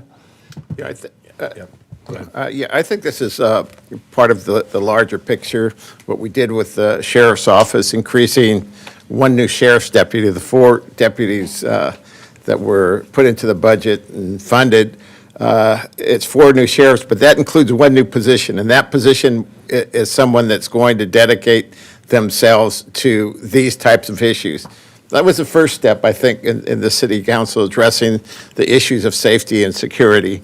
The second part is closing the beaches earlier so that they can get a head start on the security. I don't think anything good happens on those beaches after 10 o'clock. I think it's appropriate time to close them. And I think the third component that we'll hear next is private security to enforce these. I think the sheriff does an outstanding job, but they're not there all the time, and we need the private security to watch, observe, and I'll talk more about that a little bit later, but there's 3 components to this, and I hope that we pass them all. Any other discussion? Regarding public safety, I just want to ask the city manager, any progress on the concession stand in North Beach being converted to a possible sheriff substation? Yes, we met on that, staff met on that this week. We are trying to finalize the plans to do that right now. There's quite a bit of updating to do. I'll put it that way. There's some equipment in there that's not working properly. We need to get that removed and make some changes, but it is definitely a priority and it's moving forward. Excellent. Yes. And something like that might help with the enforcing the beach closure because you've had deputies right down there on the trail. So, okay. I'll start off with, I'm completely in favor of this. I think it's long overdue, and absolutely we need to be aligned with the other Orange County beaches in closing at 10 o'clock. My one concern is that where are these kids gonna go after 10 o'clock? They're not gonna go home. They should, absolutely, but they're high schoolers. And our high schoolers today have a lot of freedom and a lot of places to go, and they have modes of transportation to get to a lot of different places. And since I was in high school, there's nothing for high schoolers to do in this town on a Friday or Saturday night. So I'm not opposed to closing the beaches. All I'm saying is, for a future conversation, we, either Beaches, Parks and Rec, Human Affairs, that we may want to think of what's out there. Maybe a new arts and culture. A new arts and culture position. Yes. Of where do high schoolers go? And because if they're not at the beach, they're going to find another place to go. I don't want them ruining a cul-de-sac, a party somewhere else, a park. So I don't want to, we need to contain the situation. We have bigger things to talk about here, but we also need to. Please. We also need to consider, what do these high schoolers have to do on a Friday or Saturday night? Okay. Valid points. Well, a wise person said that there's nothing good can happen to an elected official after 10 p.m. Yeah. And I think that probably bodes for our beaches as well. So I'm certainly supportive of this as well. To answer your question, Mayor Pro Tem Lombach, someone can move this because it's an ordinance. Because it's an ordinance, we do have to read it, but we can have the city clerk read it so we don't butcher the language. Yeah, I'd like to have the staff recommendation moved, and you can go ahead and read it. Sure. Second. Do we second first, city attorney, and then have it read? I'd have it read first and then. Yeah, let's have it read first so we know what we're seconding. Yes. Okay. Support the action of the city manager to modify the hours of closure from 12 a.m. until 4 a.m. to 10 p.m. until 4 a.m. on city beaches. Adopt urgency ordinance number 1751 entitled an urgency ordinance of the City Council of the City of San Clemente declaring a public nuisance, amending section 12.32.140 of the San Clemente Municipal Code to close the public beaches at 10 p.m. for public health, safety, and welfare, and finding the ordinance to be categorically exempt from the California Environmental Quality Act, CEQA, under Class 1 existing facilities, 14 CCR Section 15301 of the state CEQA guidelines. And number 3, introduce ordinance number 1752 entitled an ordinance of the City Council of the City of San Clemente declaring a public nuisance, amending section 12.32.140 of the San Clemente Municipal Code to close the public beaches at 10 o'clock p.m. for public health, safety, and welfare, and finding the ordinance to be categorically exempt from the California Environmental Quality Act, CEQA, under Class 1 existing facilities, 14 CCR Section 15301 of the state CEQA guidelines. Okay, do we have a second? Second. Okay, motion is Cabral, second is Noblock. All in favor? Aye. Any opposed? Hearing none, it's unanimous.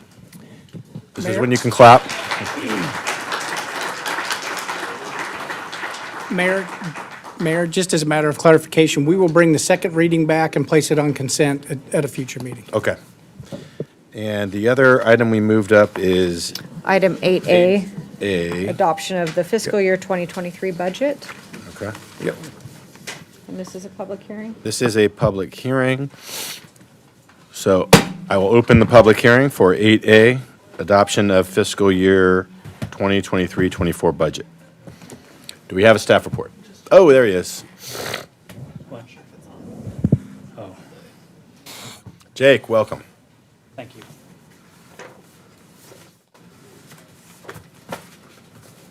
Yeah, go ahead. You've heard all this before.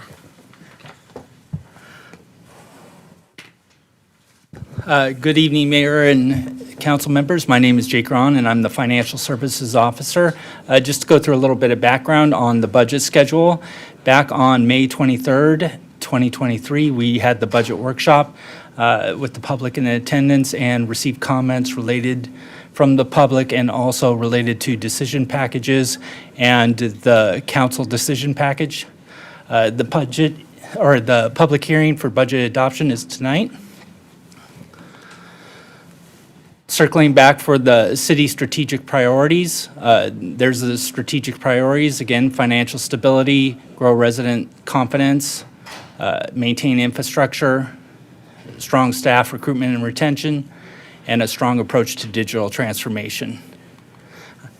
Some of the accomplishments, again, Steed Park lighting, City Hall council chambers, the completion of the 321 plan, and the online permit software are accomplishments during the 2023 year. This is a brief all-fund summary, and one thing that I have circled on there is the 190.7. That is a change from the previous budget, which includes the 4 additional deputies cost.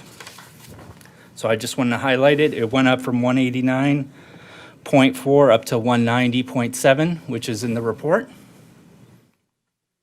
The spending plan by fund type, we have the general fund for $85,106,000. Again, that one circled also, and that includes the addition of the 4 additional deputies. And you can see the primary funds are the general fund and the enterprise fund. Here's the operating budget comparison. No real changes here as the 4 deputies were considered one time by council. The general fund operating position really didn't change as a result of the additional 4 deputies utilizing fund balance to fund those costs. The 4 additional deputies cost is categorized as one time again. Here's a snapshot of the general fund revenues, the property taxes, sales taxes, and the total revenues are $79.6 million.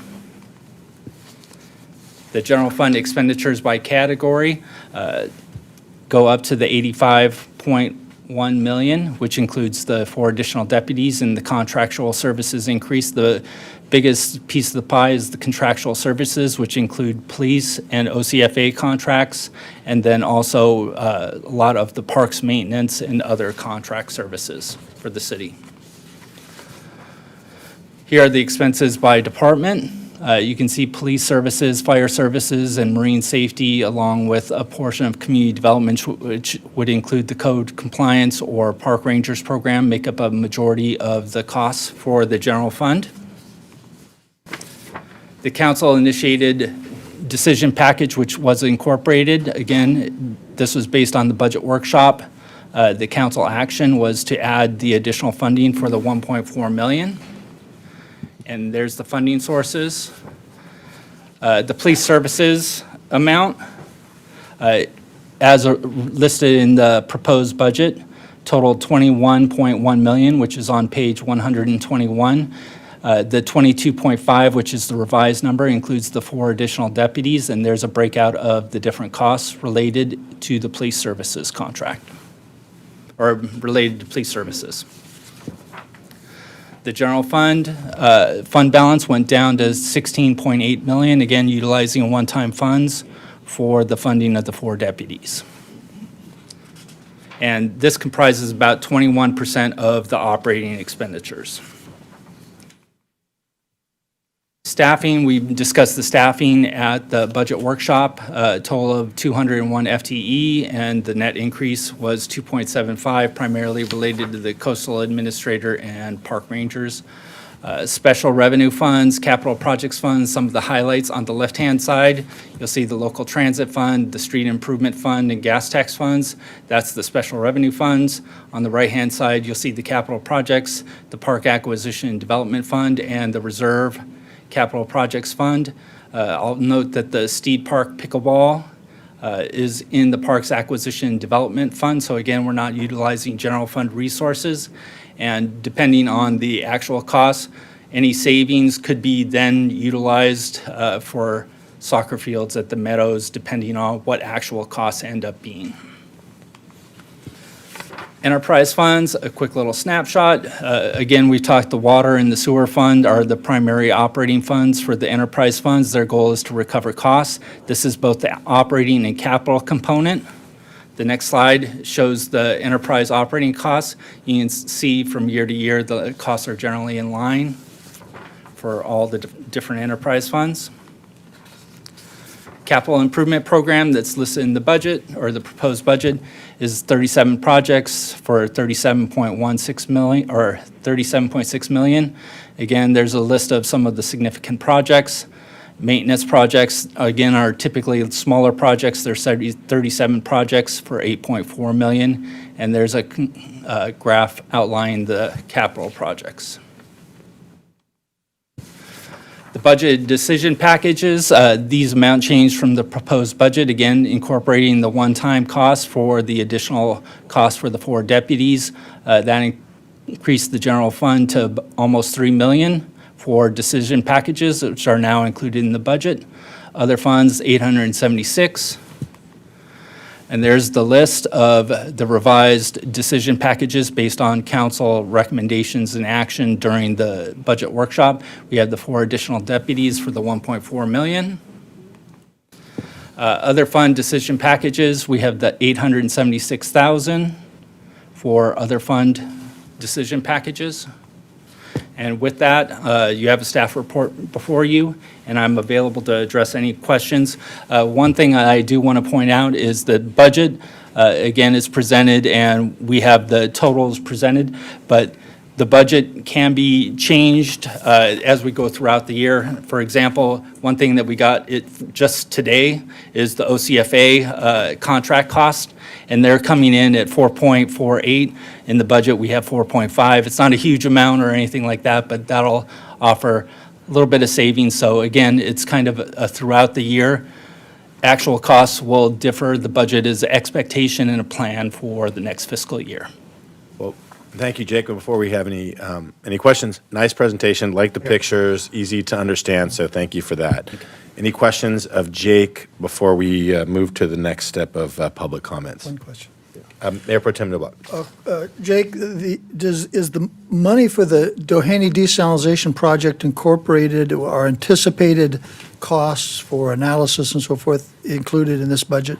That is, it's the initial, I'll call it study cost and looking at potentially buying into it. So Dave would probably be able to handle that a little bit better than me, but. I know we don't have a budget per se, but we're moving in that direction with analysis. I just wondered if any of the costs related to that are included in this.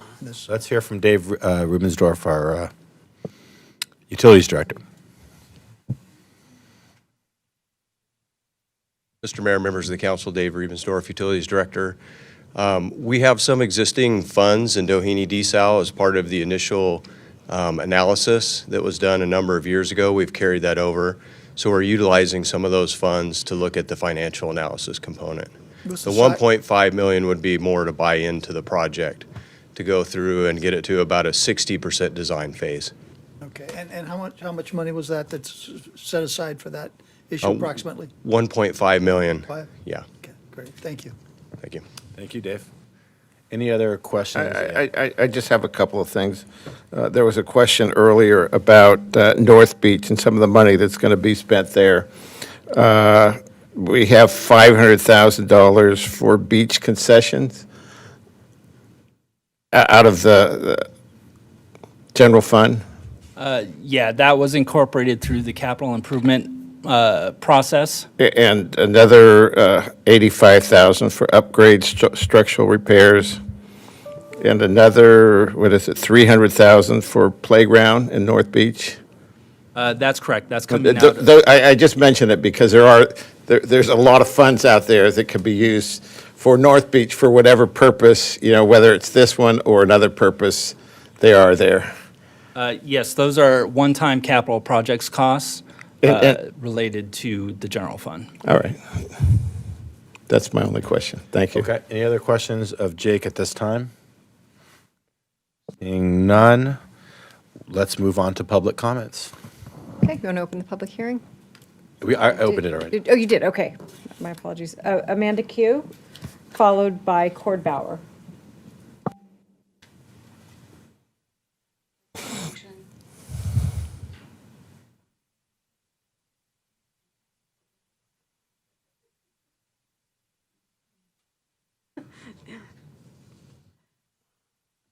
Oh, no. Operator error. You know what? Just turn it on. It's okay, you can operate it. Sorry about that. So next slide, please. So I wanted to address this budget item for the Class 1 bike pedestrian path Phase 1 for 2024 and 2025 year, and it's 1.6. It was also, next slide, please. This was under Measure M2 funds, and from what Jake had mentioned, that this is also from the Regional Circulation Financing and Phasing Program, but that is, when I looked at this is problematic because this is basically constructing a new bicycle path. We already have a bicycle path, but it's also, it's going to be, increased. And there's problems with this because there's ongoing litigation with the 10-acre property regarding eminent domain of 10 acres. So at this point, the public, like myself, I have no idea whose property it is, whether it's the city's property or someone else's. And also, it's my understanding that St. Andrews has a lawsuit against the county. And so I think there's big problems with the landslide area next to St. Andrew's Church and below it due to the Monterey land formation. So I think we need to hold this off a little bit because there's ongoing litigation on those parts. Next slide. We already have an existing sidewalk and bike lane along Pico at Vera Cruz. I took a picture of, this was from Bonnie Barnes. Next slide, please. And here it says the $1.6 million, which is coming from Measure M2 and then the other funding.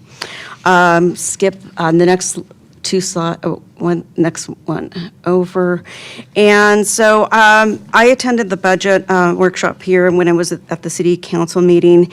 And what my concern was when I looked at the agenda report agenda and the staff report, I didn't see any of the information, and I think there was like 364 pages. And then my concern was that this should be readily available. It should be in the back if we're going to be talking about it and approving it, or the city council are going to be approving it. It should be in the back. Attending TCA Board of Directors meetings, they had those in the back.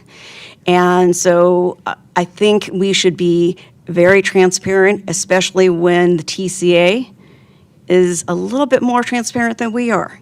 So I think that really needs to be done. Thank you very much. Cordbauer.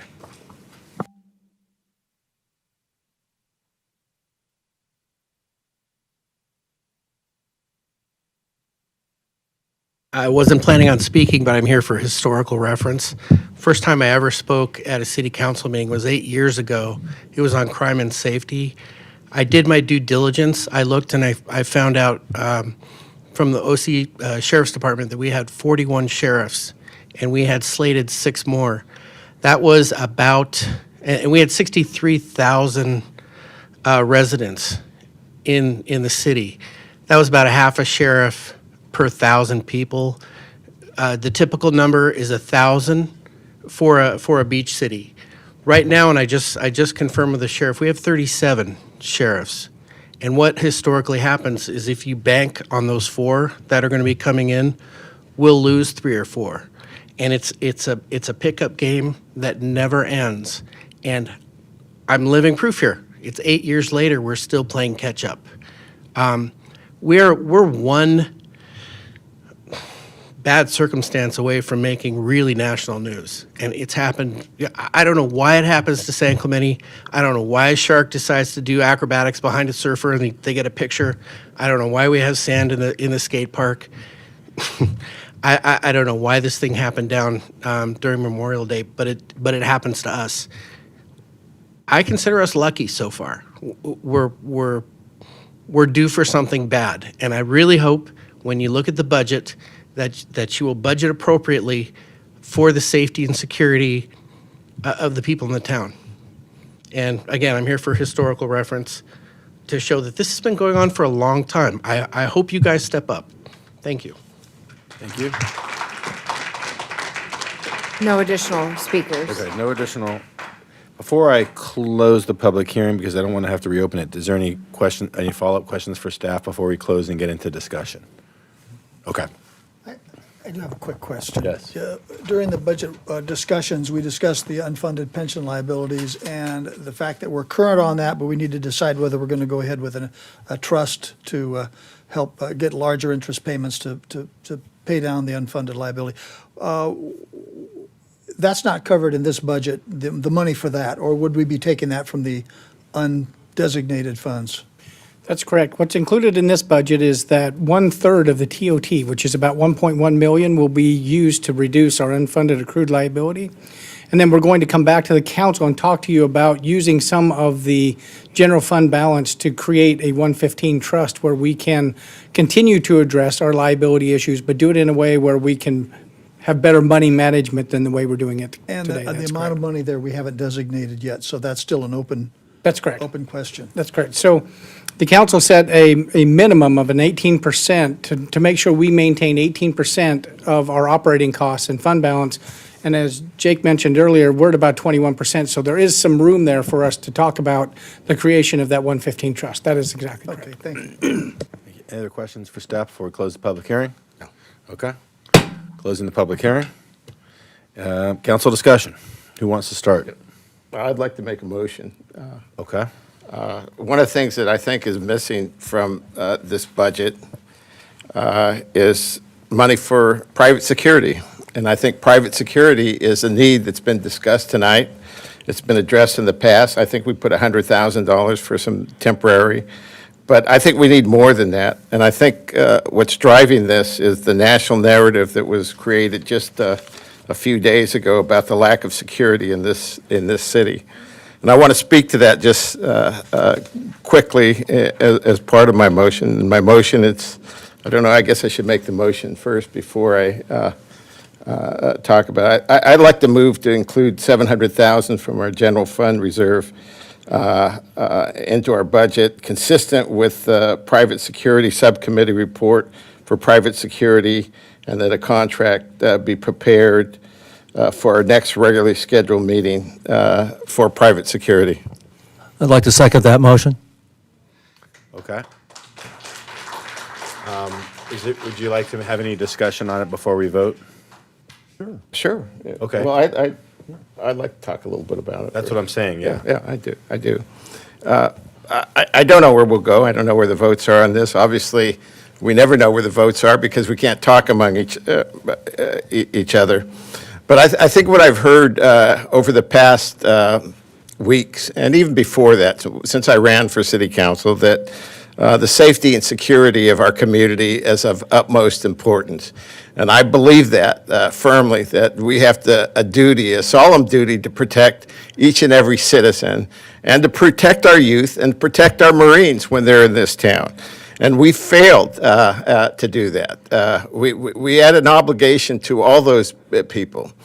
The incident that took place at the pier just last week, I think, highlights the importance of better security for our city. Our sheriffs do an extraordinary job, and I don't want to downplay what they do and the role they play. And I think the fact that we have given the sheriff more resources was an important first step. But the sheriffs respond to 911 calls when they're called, when there's an actual incident. What we need is security that's there observing, diffusing the situation before it becomes a national or even an international crisis, as we've seen. The role of the private security is to do this, to be there, to observe, to monitor, to record, and then ultimately, if the situation isn't diffused, to then call the sheriff that we have now, we'll soon have on staff, to further escalate the situation.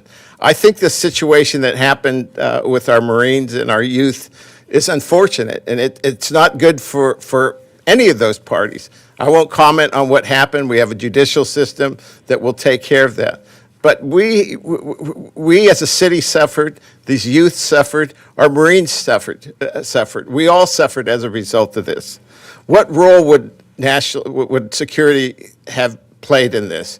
First of all, they would have been there and they would have been able to observe the activity. If they're there early and you observe and you're documenting and you're recording, I think our youth, probably the smart ones, would have said, okay, I'm going to leave because I don't want to be recorded doing this violent activity, or doing the drinking, doing the smoking, whatever illegal activity is taking place, setting off fireworks. All that illegal activity could have been addressed early on in the evening if we would have had the private security there.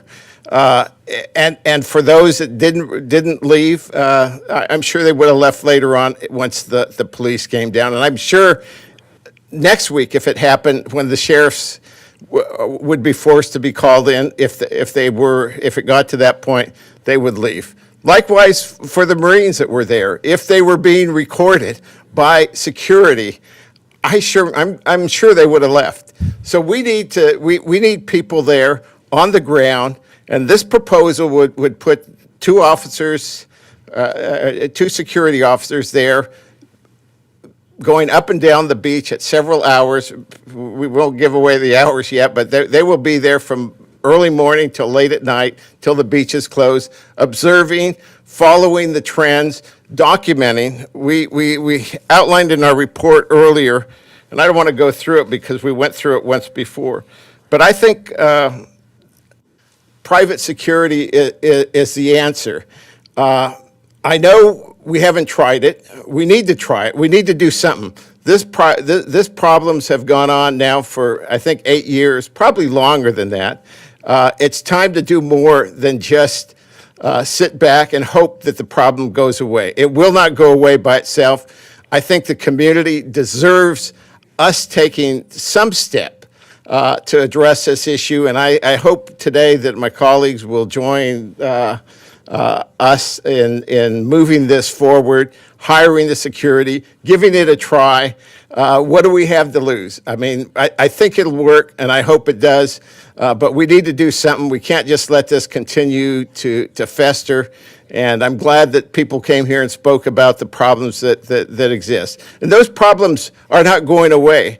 I take a look, and I talk to people, and I get emails every single day about, and these are some of the problems that could be addressed. I mean, it's the mail, it's the stealing car parts, it's the getting drunk, it's the smoking marijuana, it's the letting the dogs off their leash. The problems go on and on and on.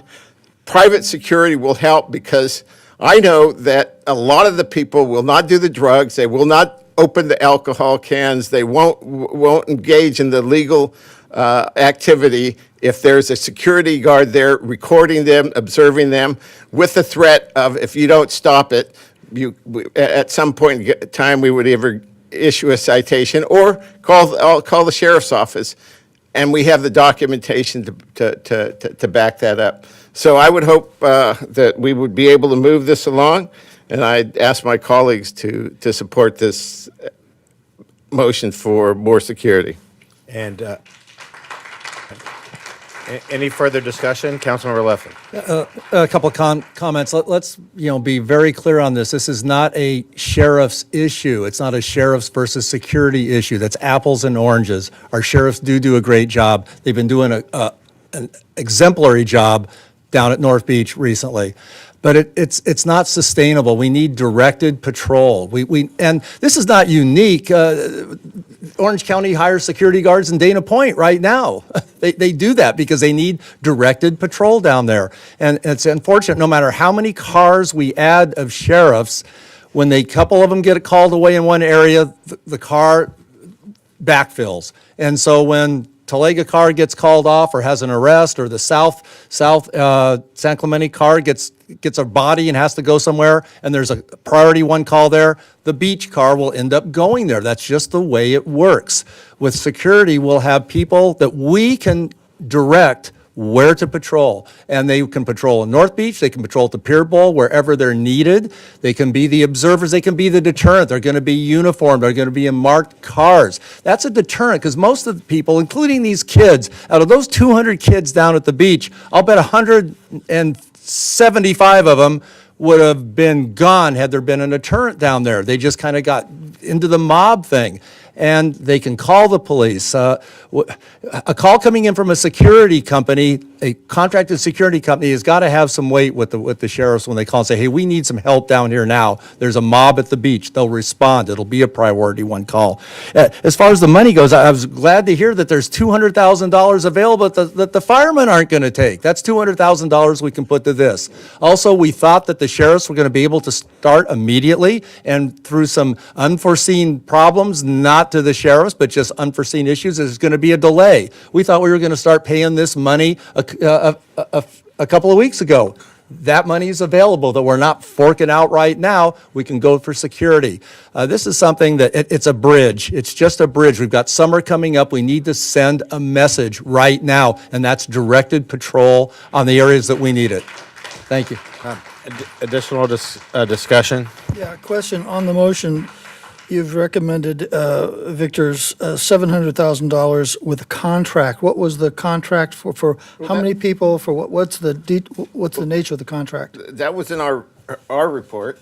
Let me give the figure out of our private security subcommittee report. One of the options, it was actually $698,948,000 for a year contract, and that would be with the two officers. It would be Okay, that I understand, Yeah, I okay. understand. I just, when you said bring back a contract, I didn't know if it was Well, no, different than, I was on that subcommittee with you. And we looked at the private security companies, and my concern at that time, we identified the best company of the four that we interviewed, and we recommended, if we move forward, to use that particular company. My concern at the time was that we needed public safety, but we needed public safety with teeth, with someone that has citation authority, arrest authority, and we, at that time, addressed the issue with 4 additional police officers, which I was hoping would address the problem. Memorial Day came, and we had a very embarrassing, unfortunate, ugly situation. I guess my question is, I don't know if this is the proper time, but I'd like to hear from our sheriff, our sheriff's captain. There's discussion about directing these resources, directing the private security. We can direct our police department under Captain Christian, and I don't know if this is the proper time when we have a motion pending, but I'd like to hear his thoughts on the marshaling of the resources that he has in conjunction with potential security. Is that appropriate in the light of a motion? We'll have to reopen the public hearing. Just to be specific, you're not asking Captain Christian to talk about private security, you're asking him to talk about his. I have questions about the Victor's motion. It's understandable and important. My question is of our sheriff, what he thinks about the coverage, because we're talking about coverage. We've just hired 4 new police officers that are supposed to be designated to the North Beach, T Street, and Del Mar area, this new Area 5. And there's been discussions about how they won't be committed or can't be committed. And I'd just like to hear a little bit more about that before we move forward. I would just point out 4 new police officers actually means 1 on a regular 20 time, right, 24/7. right. It doesn't mean there won't be 4 new Yeah, no, officers. I understand, It means I understand. 1 new officer. 24/7 or 12 hours a day when we really need them. That's the second option. The other thing I would mention is that we've had, I think, on a temporary basis, someone assigned to the North Beach area to deal with the crisis that's out there, and we know that they respond when there is